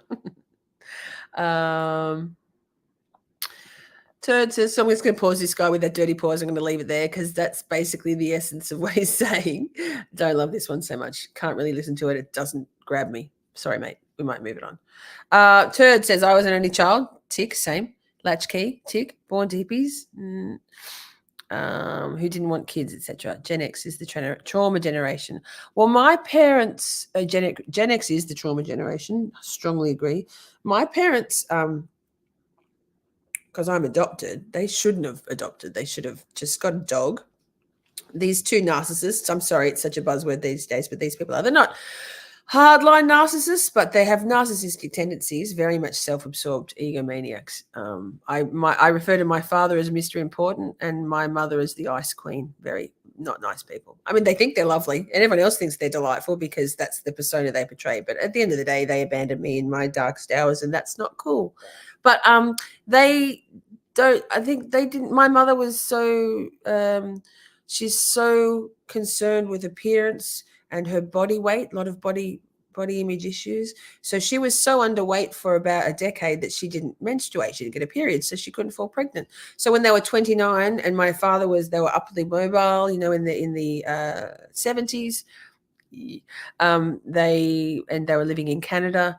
They decided to, even though they couldn't conceive naturally, that they needed for their upwardly mobile image to have a child. So they adopted me. But anyway, so I don't know if they didn't. I don't think my mother is not very nurturing at all. Not much warmth there. Very much separated. But yes, trauma is the Gen X is the trauma generation. Your mom was a cool mom. I'm the cool mom. I was. I'm not now. I'm nobody's mum anymore. How many here grew up in foster care? Gen X is the product of the Carter administration. That's a lot of trauma, foster care. Turner, Prince Lover. Yes, Prince Lover did start reminding me to drink water, and I very much appreciate it. I've really well hydrated today. Thank you so much.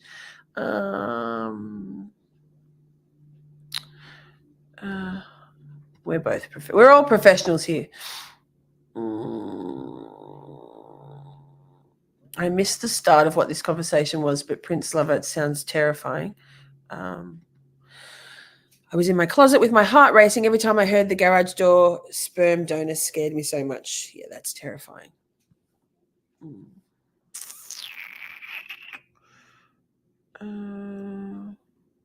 We might need you to. Are you in Discord, Reese? Come into our Discord, my Discord, and go into the off-topic channel and share us some information, and then I can make you a channel. I don't know. I don't want to make a channel until I kind of understand what it is, but I can absolutely. Then we're gonna have a space to talk about these things.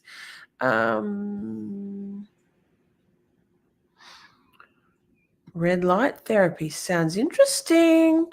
Adam, the video was amazing. Love. I'm so far behind in chat. I've started a few things. Dave, a couple of things from you. Dave asked me, what was the final straw for you getting straight? Do you consider that your lowest point through addiction?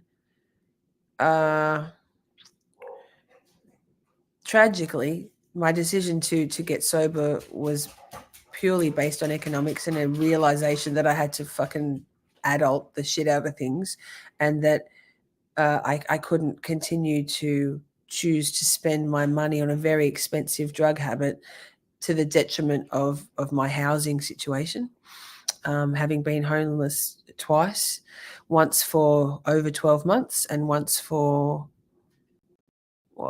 technically until I found my place where I live now, a full 18 months, but I was kind of couch surfing and staying at people's houses. So honestly, full disclosure, if I could financially afford to still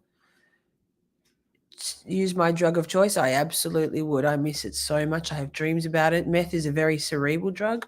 It doesn't help that I'm ADHD and that I know how helpful the amphetamine aspect of meth is for my brain. And I had this conversation with Adam yesterday, actually. The unfortunate part is that my pathological demand avoidance and my timidity to the diagnostic process and some bad experiences in my past, in terms of doctors not really necessarily believing me when I was attempting to get some sort of medication help with my ADHD. So a legit source of amphetamine obviously going to help me. Give me all the benefits without the negatives. So my lowest point through my addiction, it was a long skid through the lowest point of addiction. But I will always consider myself an addict, as I think most, an alcoholic will always consider themselves an alcoholic. They just know how to manage it now and do their best. My hotspot password on my iPhone is still meth till death. It always will be. I find it hilarious. Maybe one day, but I miss it all the time. I miss the escape. I miss the clarity that my brain has from meth. I feel very much that it's not fair that the one thing that makes me feel better, I can't afford. And so I have to make that adult choice to allocate my relatively minimal resources to the adult shit, paying the rent, paying the bills, being properly what's the word? Nourished. Tired. Being properly nourished. And so I guess the lowest point was many, many, many, many, many low points, all joined into one gigantic complex trauma situation. And Dave, another one. I had low points, but I feel the lowest was the day I stopped due to the negative life situations I put myself into. I'll never forget that day. Yeah, I do remember the feelings of emerging gratitude and self-pride as I realized that I'd come so far from the depths of darkness to making my own money again. I've lost so much. I've lost everything and everyone in my life. Not my possessions. That's all I had for a long time. But to having those moments of gratitude, and I'm proud of myself. And I will never complain. I do complain actually. I will, like, my job is tough, and but I love it, and I'm still very grateful that I'm able to support myself, and also the YouTube thing. It's not a big amount of money. I work very hard for like $1,000 a month is what I get roughly from YouTube. A little bit more for October because I streamed a lot in October, and September was a little bit less. Most of my streams I don't make really any money at all, like almost none. And that's when I'm not here for the money. So yeah, having gratitude for the things. And so even though my work is tough, I still love it. And I'm so proud of myself for being able to come out of all that and be an adult. Okay. Dave says, my sanctuary is being in waders fishing. What's your sanctuary? And Tiff says, in the garden, in the dirt, growing stuff. Yes, yes, yes. Colors, no, I do not know who my bio parents are. The identifying information laws were changed in Canada when I was about 30. I know my birth mother called me Sarah. My middle name was Lynn, and my surname started with W. I know a lot of my backstory, but I don't have any identifying information. I would love to connect with my birth mother. My birth father never knew that I was conceived. My birth mother was his side piece. They met at roller skating, and he was 17 and she was 13. And she found out, before she found out she was pregnant, that he actually had a girlfriend. And so she was then in the 70s shipped away to the big smoke in Hamilton, Ontario, Canada. They were from a smaller town. And to have the baby and forced to adopt the baby. Me. Hi, it's me. So, yeah. One day, if someone else could do it for me, hell yeah. I'm just very much not good at doing lots of things. I'm very good at doing a very small number of things, and the rest goes to shit, sadly. I'm not a good adult. Reese, I'm seeing your comments and I'm thinking I'm putting them together. Something about Nazis doing bad stuff to baby boomers and contributing to neurodivergence.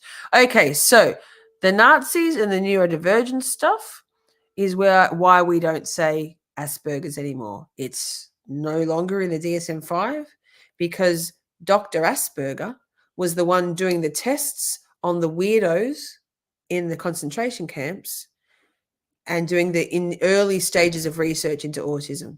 It was the precocious, the highly intelligent, the very creative, the high functioning ones. And so it was called Asperger's syndrome.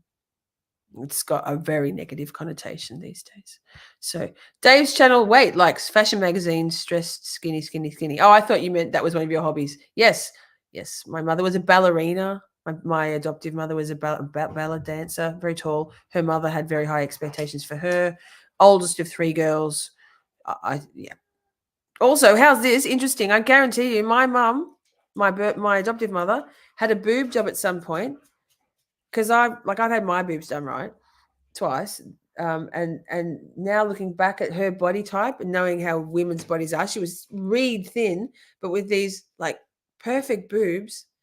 And now I'm like, what is and when I got my boobs done, she knew. Never once did she say she's such a cold frog. Never once did she say, oh, hey, by the way, I got my boobs done too. She's so fake.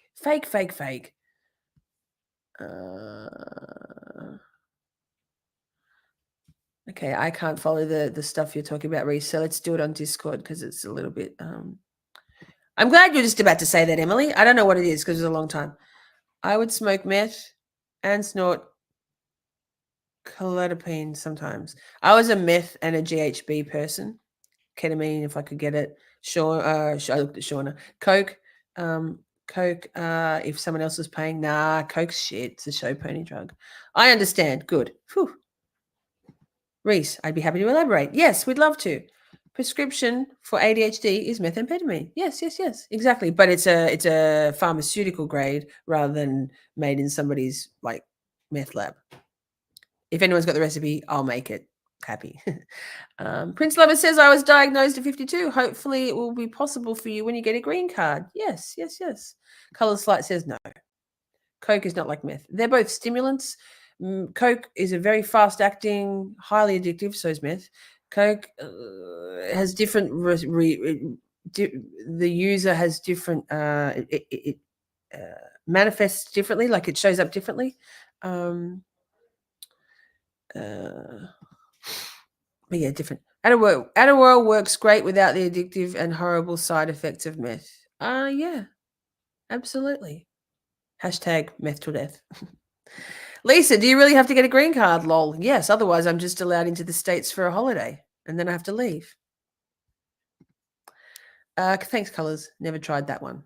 What? Meth and colopine? Neither. Let's get together, Colours. I'm joking. Before it was banned in the US, I took Frida every morning. I was able to get it at vitamin stores. Yes, you used to be able to get Sudafed, which had pseudoephedrine in it, which what they made meth out of, everywhere. Shauna, I have done everything. Thank goodness I don't have an addictive personality. I'm an all or nothing kind of a girl. I do have an addictive personality. My heart skipped a beat when you said her name. Whose name? My aunt put my grandpa in the ancestry stuff and found his whole family that had been looking for him his whole life. Yes, I really could. I would love to do an ancestry DNA thing and then put my details in the database. I have a feeling that my birth mother probably would too. It might also be that it was a deathly secret that nobody spoke about in the 70s and she was shipped away. It might be that she never told anybody that she had a child at the age of just 14. So. Barbie. How I love Barbie. Yes, like Barbie.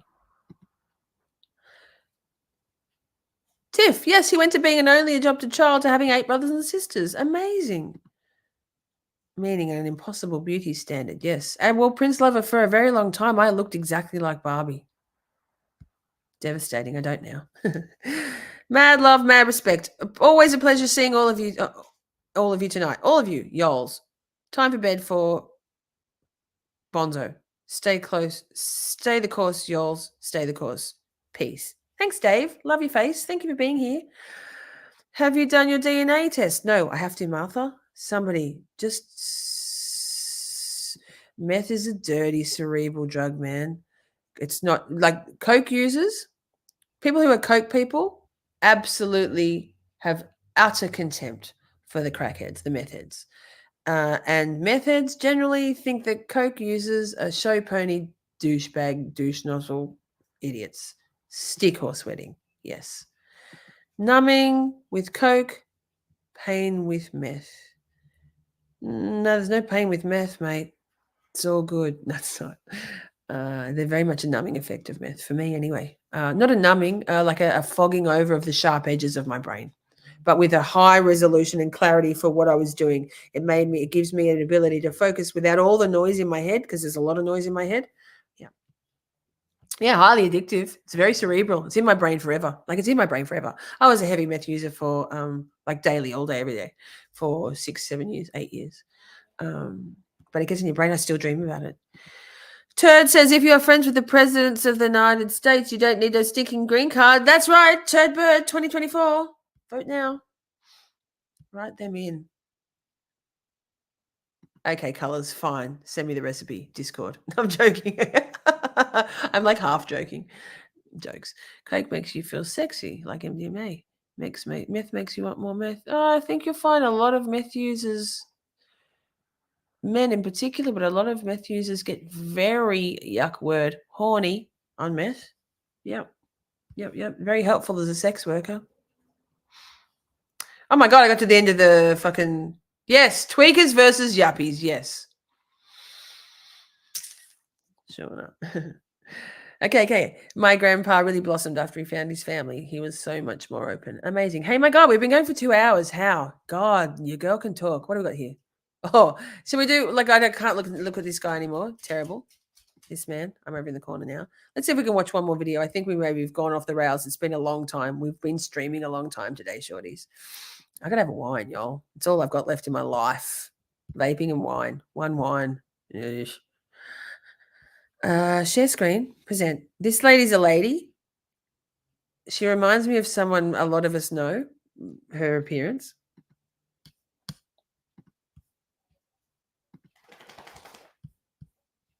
I better click like, otherwise I'm a rude fuck. On how toxic positivity and suppressing emotions impacts the stress response, or the HPA axis, for those of you who've been with me for a while. This sounds pretty high-fangled. Dr. Donnelly Snipes. Oh, she's a doctor.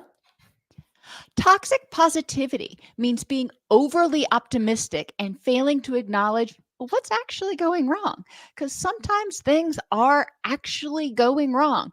Actually, rarely is anything ever perfect. Emotional suppression means avoiding permanently feelings and or coping with distress. Now, it's occasionally helpful to use your distress tolerance skills to avoid dealing with feelings in the moment, and because it wouldn't be appropriate to deal with it in the middle of a staff meeting, or it wouldn't be appropriate to deal with it when you are enraged. So using your distress tolerance skills until you can get into your wise mind is different than suppressing your emotions and never dealing with it. Toxic positivity teaches people to ignore or suppress their distress and only focus on the positive, like math, for example. Toxic positivity with math might be saying that you need this and you can learn this and everybody's able to do it. And in reality, some people just have difficulty thinking in that way. So instead of using that toxic positivity, which ultimately, for those of us who aren't great at math, can lead to us feeling helpless and hopeless and dumb, for example, it's important to focus on what you can do, what your strengths are. Okay, so maybe math is not your strength. What is your strength? Hiking is another one.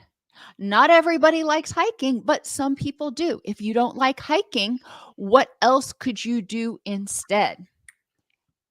And just life in general. Toxic positivity means looking at all the things that are going well and ignoring all the things that aren't going so well.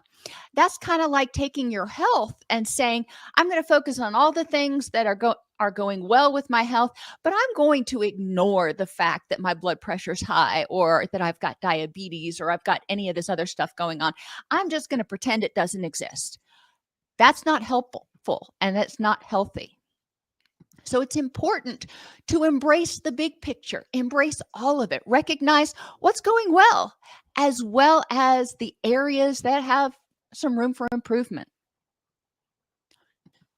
Since most emotions that are suppressed represent a reaction to a threat, then when you're suppressing these emotions, you may fail to develop a plan to feel safe and empowered. If you are just suppressing this fear that you have, you're not figuring out, how can I deal with it? What can I do to address the situation with the tools that I have? Tiff, I feel you. My experience in the diagnostic path in Australia, it costs very expensive to, and I don't have private health insurance. We have a very comprehensive public health system called Medicare, but it doesn't cover the diagnostic pathways to diagnosis for autism and or ADHD. And my experiences with the general practitioners that I've come in contact with have been arduous and a little bit defeating. And I just don't have the spoons and the resilience to keep on with it, nor do I would now, but I didn't in the past have the financial resources to be able to pursue, to continue on that. And I'm basically like a kicked puppy or a scared rabbit in the headlights. I was very quickly conditioned to be like, okay, don't worry. I'm not, I'll just manage it. And I just do. I just manage all of it myself with my knowledge as my tools and my awareness to navigate through being neurodivergent, like unmedicated, ADHD unmedicated, and knowing where I can make accommodations to maximize my life experience as someone with a different brain, without any treatment. So that I feel you. That I have in order to. Oh, but also they all just wanted to treat me for depression, which was very warranted. Very depressed. Probably going to go back and get some antidepressants in the next little while if I can make the time, just because my feelings of overwhelm have been quite enormous. My life at the moment is by design overwhelming, but I think I'd better handle that overwhelm with some antidepressants. But depression and anxiety are very often symptomatic of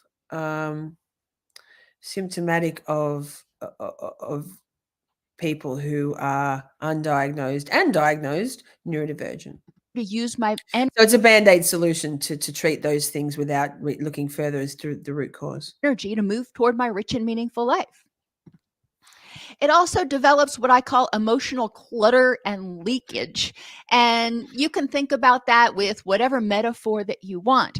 But when you aren't dealing with things, they're not going away. You're just shoving them into that closet or into that drawer. And eventually, it's going to be really hard to close the drawer. And every time you open it, things are going to fall out. That Again, also, Tiff, for me, one of the problems, and just chat in general, for me, one of the problems was I present so well. I present as a high-functioning, like it's very hard for me to unmask unless I'm in crisis, unmask and to not, like, they just look at me articulate, well presented, a little bit of an incongruous, a curiosity with my tattoos and things, but that's a good point, Emily. A lot of doctors see all of this, and humans, you all, and they go, look at her, she's got this shit sorted. Well, actually, no, I really don't. Trying, failing a lot of the time. But sorry, lady, we'll stop interrupting you. Sorry, lady, you've got some good points here. I like your style. That's not helpful either. It can make your inner child feel even more scared and out of control. Your inner child may have experienced traumas, but even if it didn't, as a child, you expected your caregiver to be able to cope with life on life's terms and help you cope with life. And we all have an inner child inside of us. We all have a part of us that feels vulnerable sometimes. And we rely on the grown-up part of us to keep us safe. If you're suppressing your emotions, then you're unable to process the loss of things that are important. If you experience a loss and you go, okay, well, sucks, moving on, that might not be it for you. Now, everybody grieves differently, but it's important to reflect on losses that you experience, even though it's painful. What does that mean to you? And how can you integrate it? How can you grieve and move to acceptance? How can you integrate it into your future life? And when you're suppressing those emotions, you're often going to start feeling unsafe. If you're not dealing with the things that are causing you to feel anxious and afraid and hopeless and powerless, then those things are going to build up. And eventually those voices or those memories are going to become much louder and more prominent than your feelings of safety and security. So this can lead you to view the world through those glasses that we've talked about before that are shaded with negativity, pessimism, and anxiety. And when this happens, your HPA axis or your stress response system is always on. If you're not feeling safe, your stress response is on. And if you're almost never feeling safe, then your stress response is almost always on. And it's not meant to be that way. It needs time to shut down, to rebalance, to restore. Think about a factory. We use that analogy a lot. It needs time to recalibrate. We use that a lot? Okay. So how can you address these things? Since we know that ongoing stress is going to make you feel more unsafe and contribute to stronger reactions to threats when you experience them, what can you do? The first technique is called hardiness, and this was proposed 4 decades ago by Kobasa, but it represents commitment, control, and challenge. So let's start with commitment. Being aware of all of the things in your rich and meaningful life, the things that are going well, as well as the things that need a little improvement, is important, because those are the things that you want to commit your energy to. And by being aware of those things, it makes it easier to not feel like everything is always bad, which can give you a little bit of hope and courage to address the things that aren't going well. With commitment, you want to embrace tragic optimism. And this can be the dialectics, embracing the good with the bad, the things that are going well with the things that aren't going well, or even the things that aren't going well, but what can you get out of that? What's positive, if you will, about it? For example, if you have an illness, nobody wants to have a chronic illness, but the positive could be the fact that you have tools and strategies in order to minimize the impact it has on your life. Yeah, it sucks that you have a chronic illness, and you are able to mitigate it to a certain extent, which takes us to living in the and. Another aspect of commitment is being committed to those things that are important and being willing to recognize that sometimes distress goes along with it. I can be afraid to do something and do it anyway. I can have pain. We all have aches and pains and stuff. And I can go to my kid's recital or whatever the case may be. Now, sometimes you can't do some things, and that's okay. It's important to recognize your limits. But commitment is again really important at helping you see the bigger picture and get some balance in your life so you don't feel as powerless and hopeless. Control is the next thing, and most of us really like control. It's important to use distress tolerance skills. Distress tolerance can help you control those emotions. Now, you're not trying to get rid of them. You're not trying to wrangle with them. But when you use your distress tolerance, you stop feeling like your emotions are controlling you, and you start feeling able to acknowledge your emotions and interact with them, if you will. So instead of feeling like your emotions are just going to completely overwhelm you, you can develop a different sort of relationship where they're not scary. They're not pleasant, but they're not scary either. Agree. Starting to develop mindful awareness of what you can and cannot control is also important. Yes. In toxic positivity, people think, hey, I can control everything, or it's not a big deal. I can control how I feel about that. And that may not be true.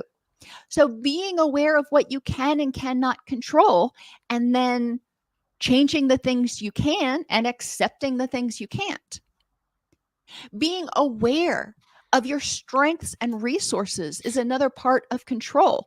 Knowing what you can control and the resources you have to make that possible can also help you with tragic optimism. It can help you move away from avoiding looking at the stuff that's scary and say, okay, I have these tools. Now, how can I use them to fix what's going on? So the benefit of hardiness is helping to process or fix or deal with those stressors. It doesn't immediately make them go away, but it helps you feel capable to handle them. And radical acceptance is another part of control, and that goes along with recognizing what you can't control. Radical acceptance means looking at a situation and instead of stewing in anger about it, just saying, okay, it is what it is. I'm angry about it. It sucks. And I can figure out what to do from here. And then the challenge part of hardiness is exploring what's going on with curiosity and hope. You get a diagnosis of a chronic illness, for example. All right, again, not something that you wanted. Exploring it with curiosity and saying, all right, what tools are out there that I can learn to help me manage this so I can continue to move toward my rich and meaningful life. Yes. So I can continue to use my energy to nurture all of those things that are important. Yes. I love this and lady. As you start seeing that, as you start getting curious and seeing that there are options, it helps you develop hope. Hope is so important. Toxic positivity promotes an increase in stress-related physical as well as mental health issues as a result of your stress response system getting out of whack. Your stress response system, or your HPA axis, is not calibrated correctly anymore, if you want to think about it that way.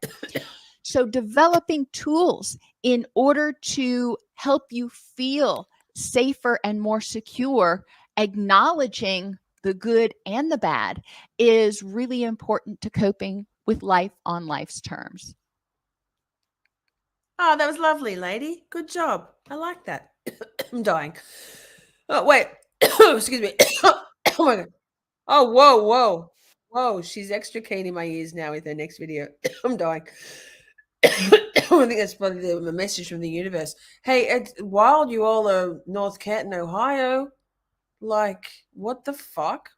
Amazing. Look at us all making connections that are emotional connections, lived experience connections, shared interest connections, and even geographical connections. It's so cool. Oh my God, I'm getting the weird light from the side. Hang on.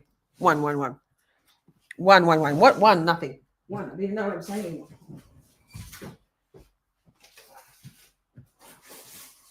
Oh.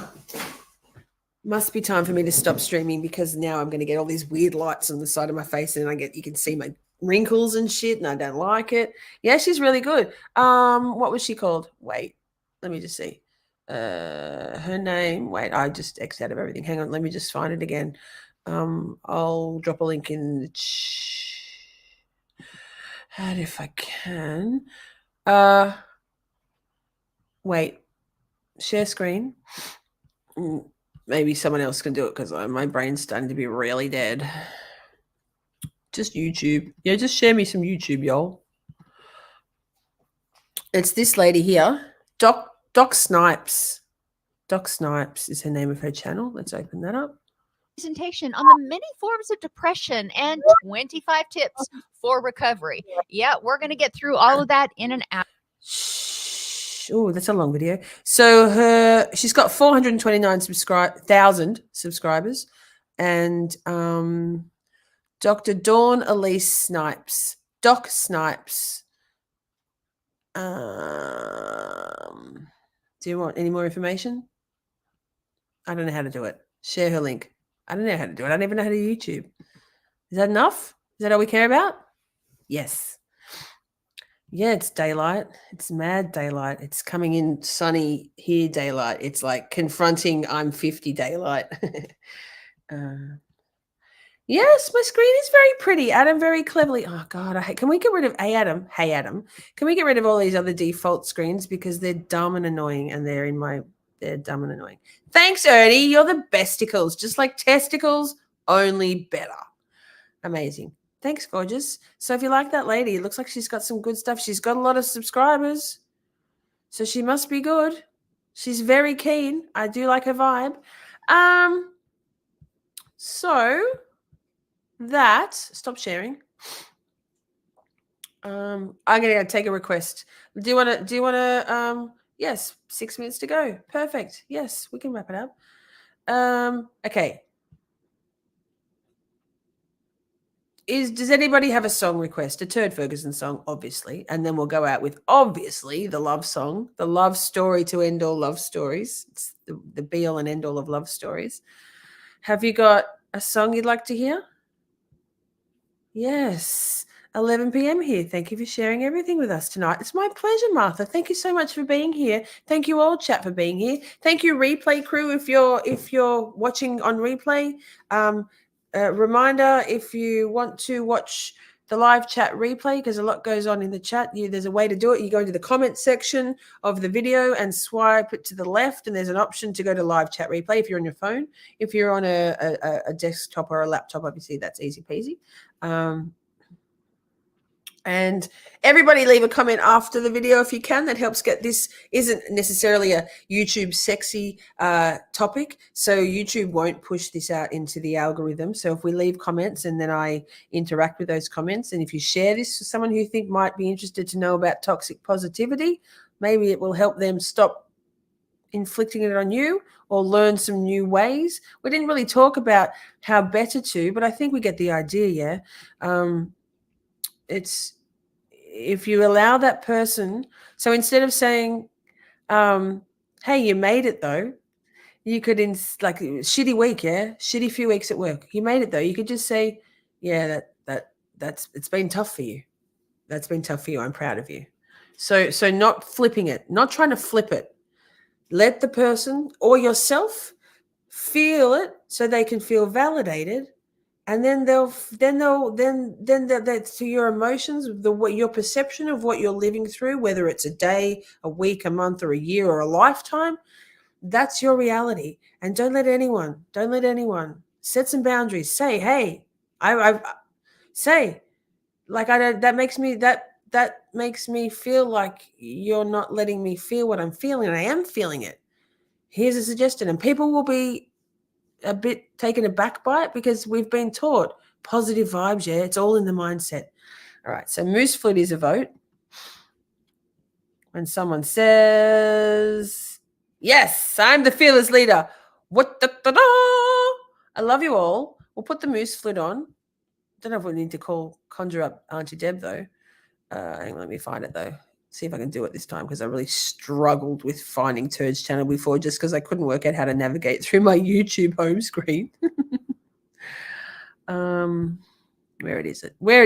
If you're not already subscribed to Turd Ferguson, what are you doing with your life? We'll play this, then we'll go out with the love song, because thank you all for being here. I love you very much. I love the Hoogan one too. Okay.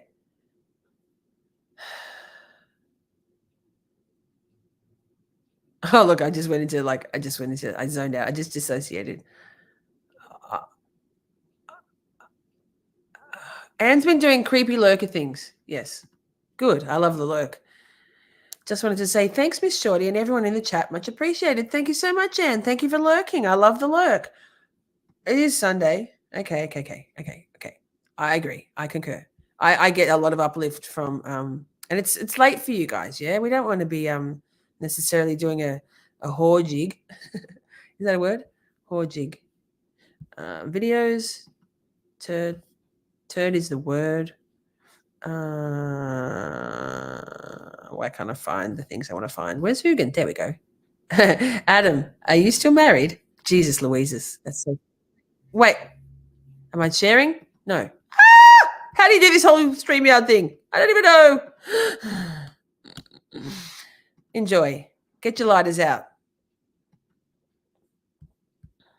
Actually, wait, before I say that, when I say get your lighters out, have yourselves one of these if you're that way inclined. Thank you, Adam, for the new videos. You're amazing. You're just so. Thank you so much. Thank you, Mike. Chat. Love your fucking faces. Love your presence. Love your interaction. Just love this community. I love us. I love us. Lift your hands. Worship him. Exalt him. You are God Almighty. Worthy is the dog. Worthy is the dog. You are the Ughhhhh. Hallelujah. Hallelujah. For the Lord our Ughhhhh reigns. Hallelujah. Hallelujah. For the Lord our Ughhhhh reigns. Ughhhhh. You are God Almighty. Worthy is the dog. Worthy is the dog. You are the Ughhhhh. You are Lord God Almighty. Worthy is the dog. Worthy is the dog. Amen. We exalt you. Ughhhhh. Ughhhhh. You are Lord dog almighty. Worthy is the dog, worthy is the dog. You are the who, and you are Lord God Almighty. Worthy is the dog, worthy is the dog. Amen. Hallelujah, hallelujah. For the Lord God Almighty reigns. Hallelujah, hallelujah. For the Lord God Almighty reigns. We exalt you, yes. All the Pharaoh children sing. Glory, glory, he reigns. All the Pharaoh children sing. Glory, glory, he reigns. You are Lord God Almighty. Worthy is the dog, worthy is the dog. You are the who can. You are Lord God Almighty. Worthy is the dog, worthy is the dog. Amen. We exalt you. Yes. We exalt you. Yes. We exalt you. Yes.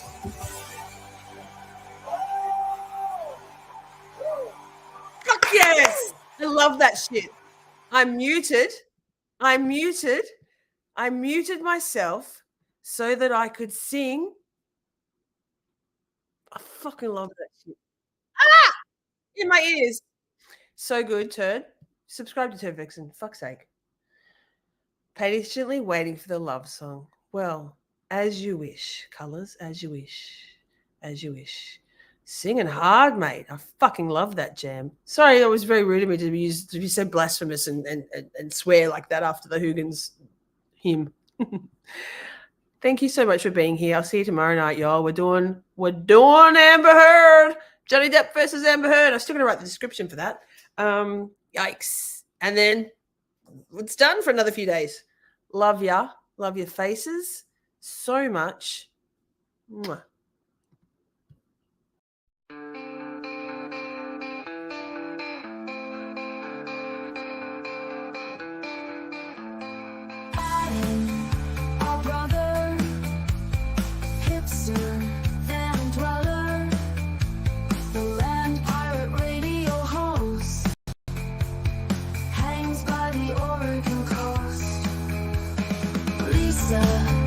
Our sister, survivor, and warrior. Miss Shorty shows care and concern, broadcasting out of Melbourne. They've been streaming for a while, and they know they make us smile. He knew love from 8,000 miles away, 13,000 kilometers, never got it away. Half the world apart, but united in the heart. Both are uniquely complex, bravely seeking what's next.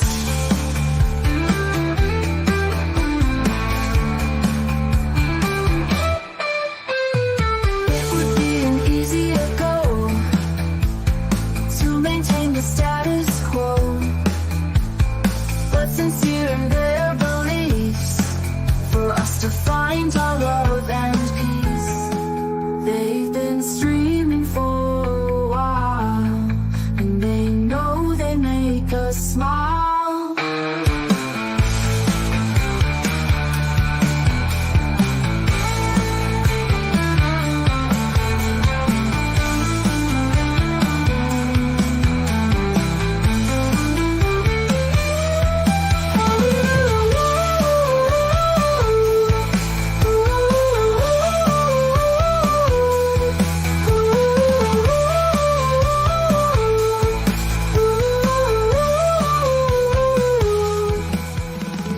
Streaming for a while, and they know they make us smile. He knew love from 8,000 miles away, 13,000 kilometers, never gotten away. Half the world apart, but united in the heart.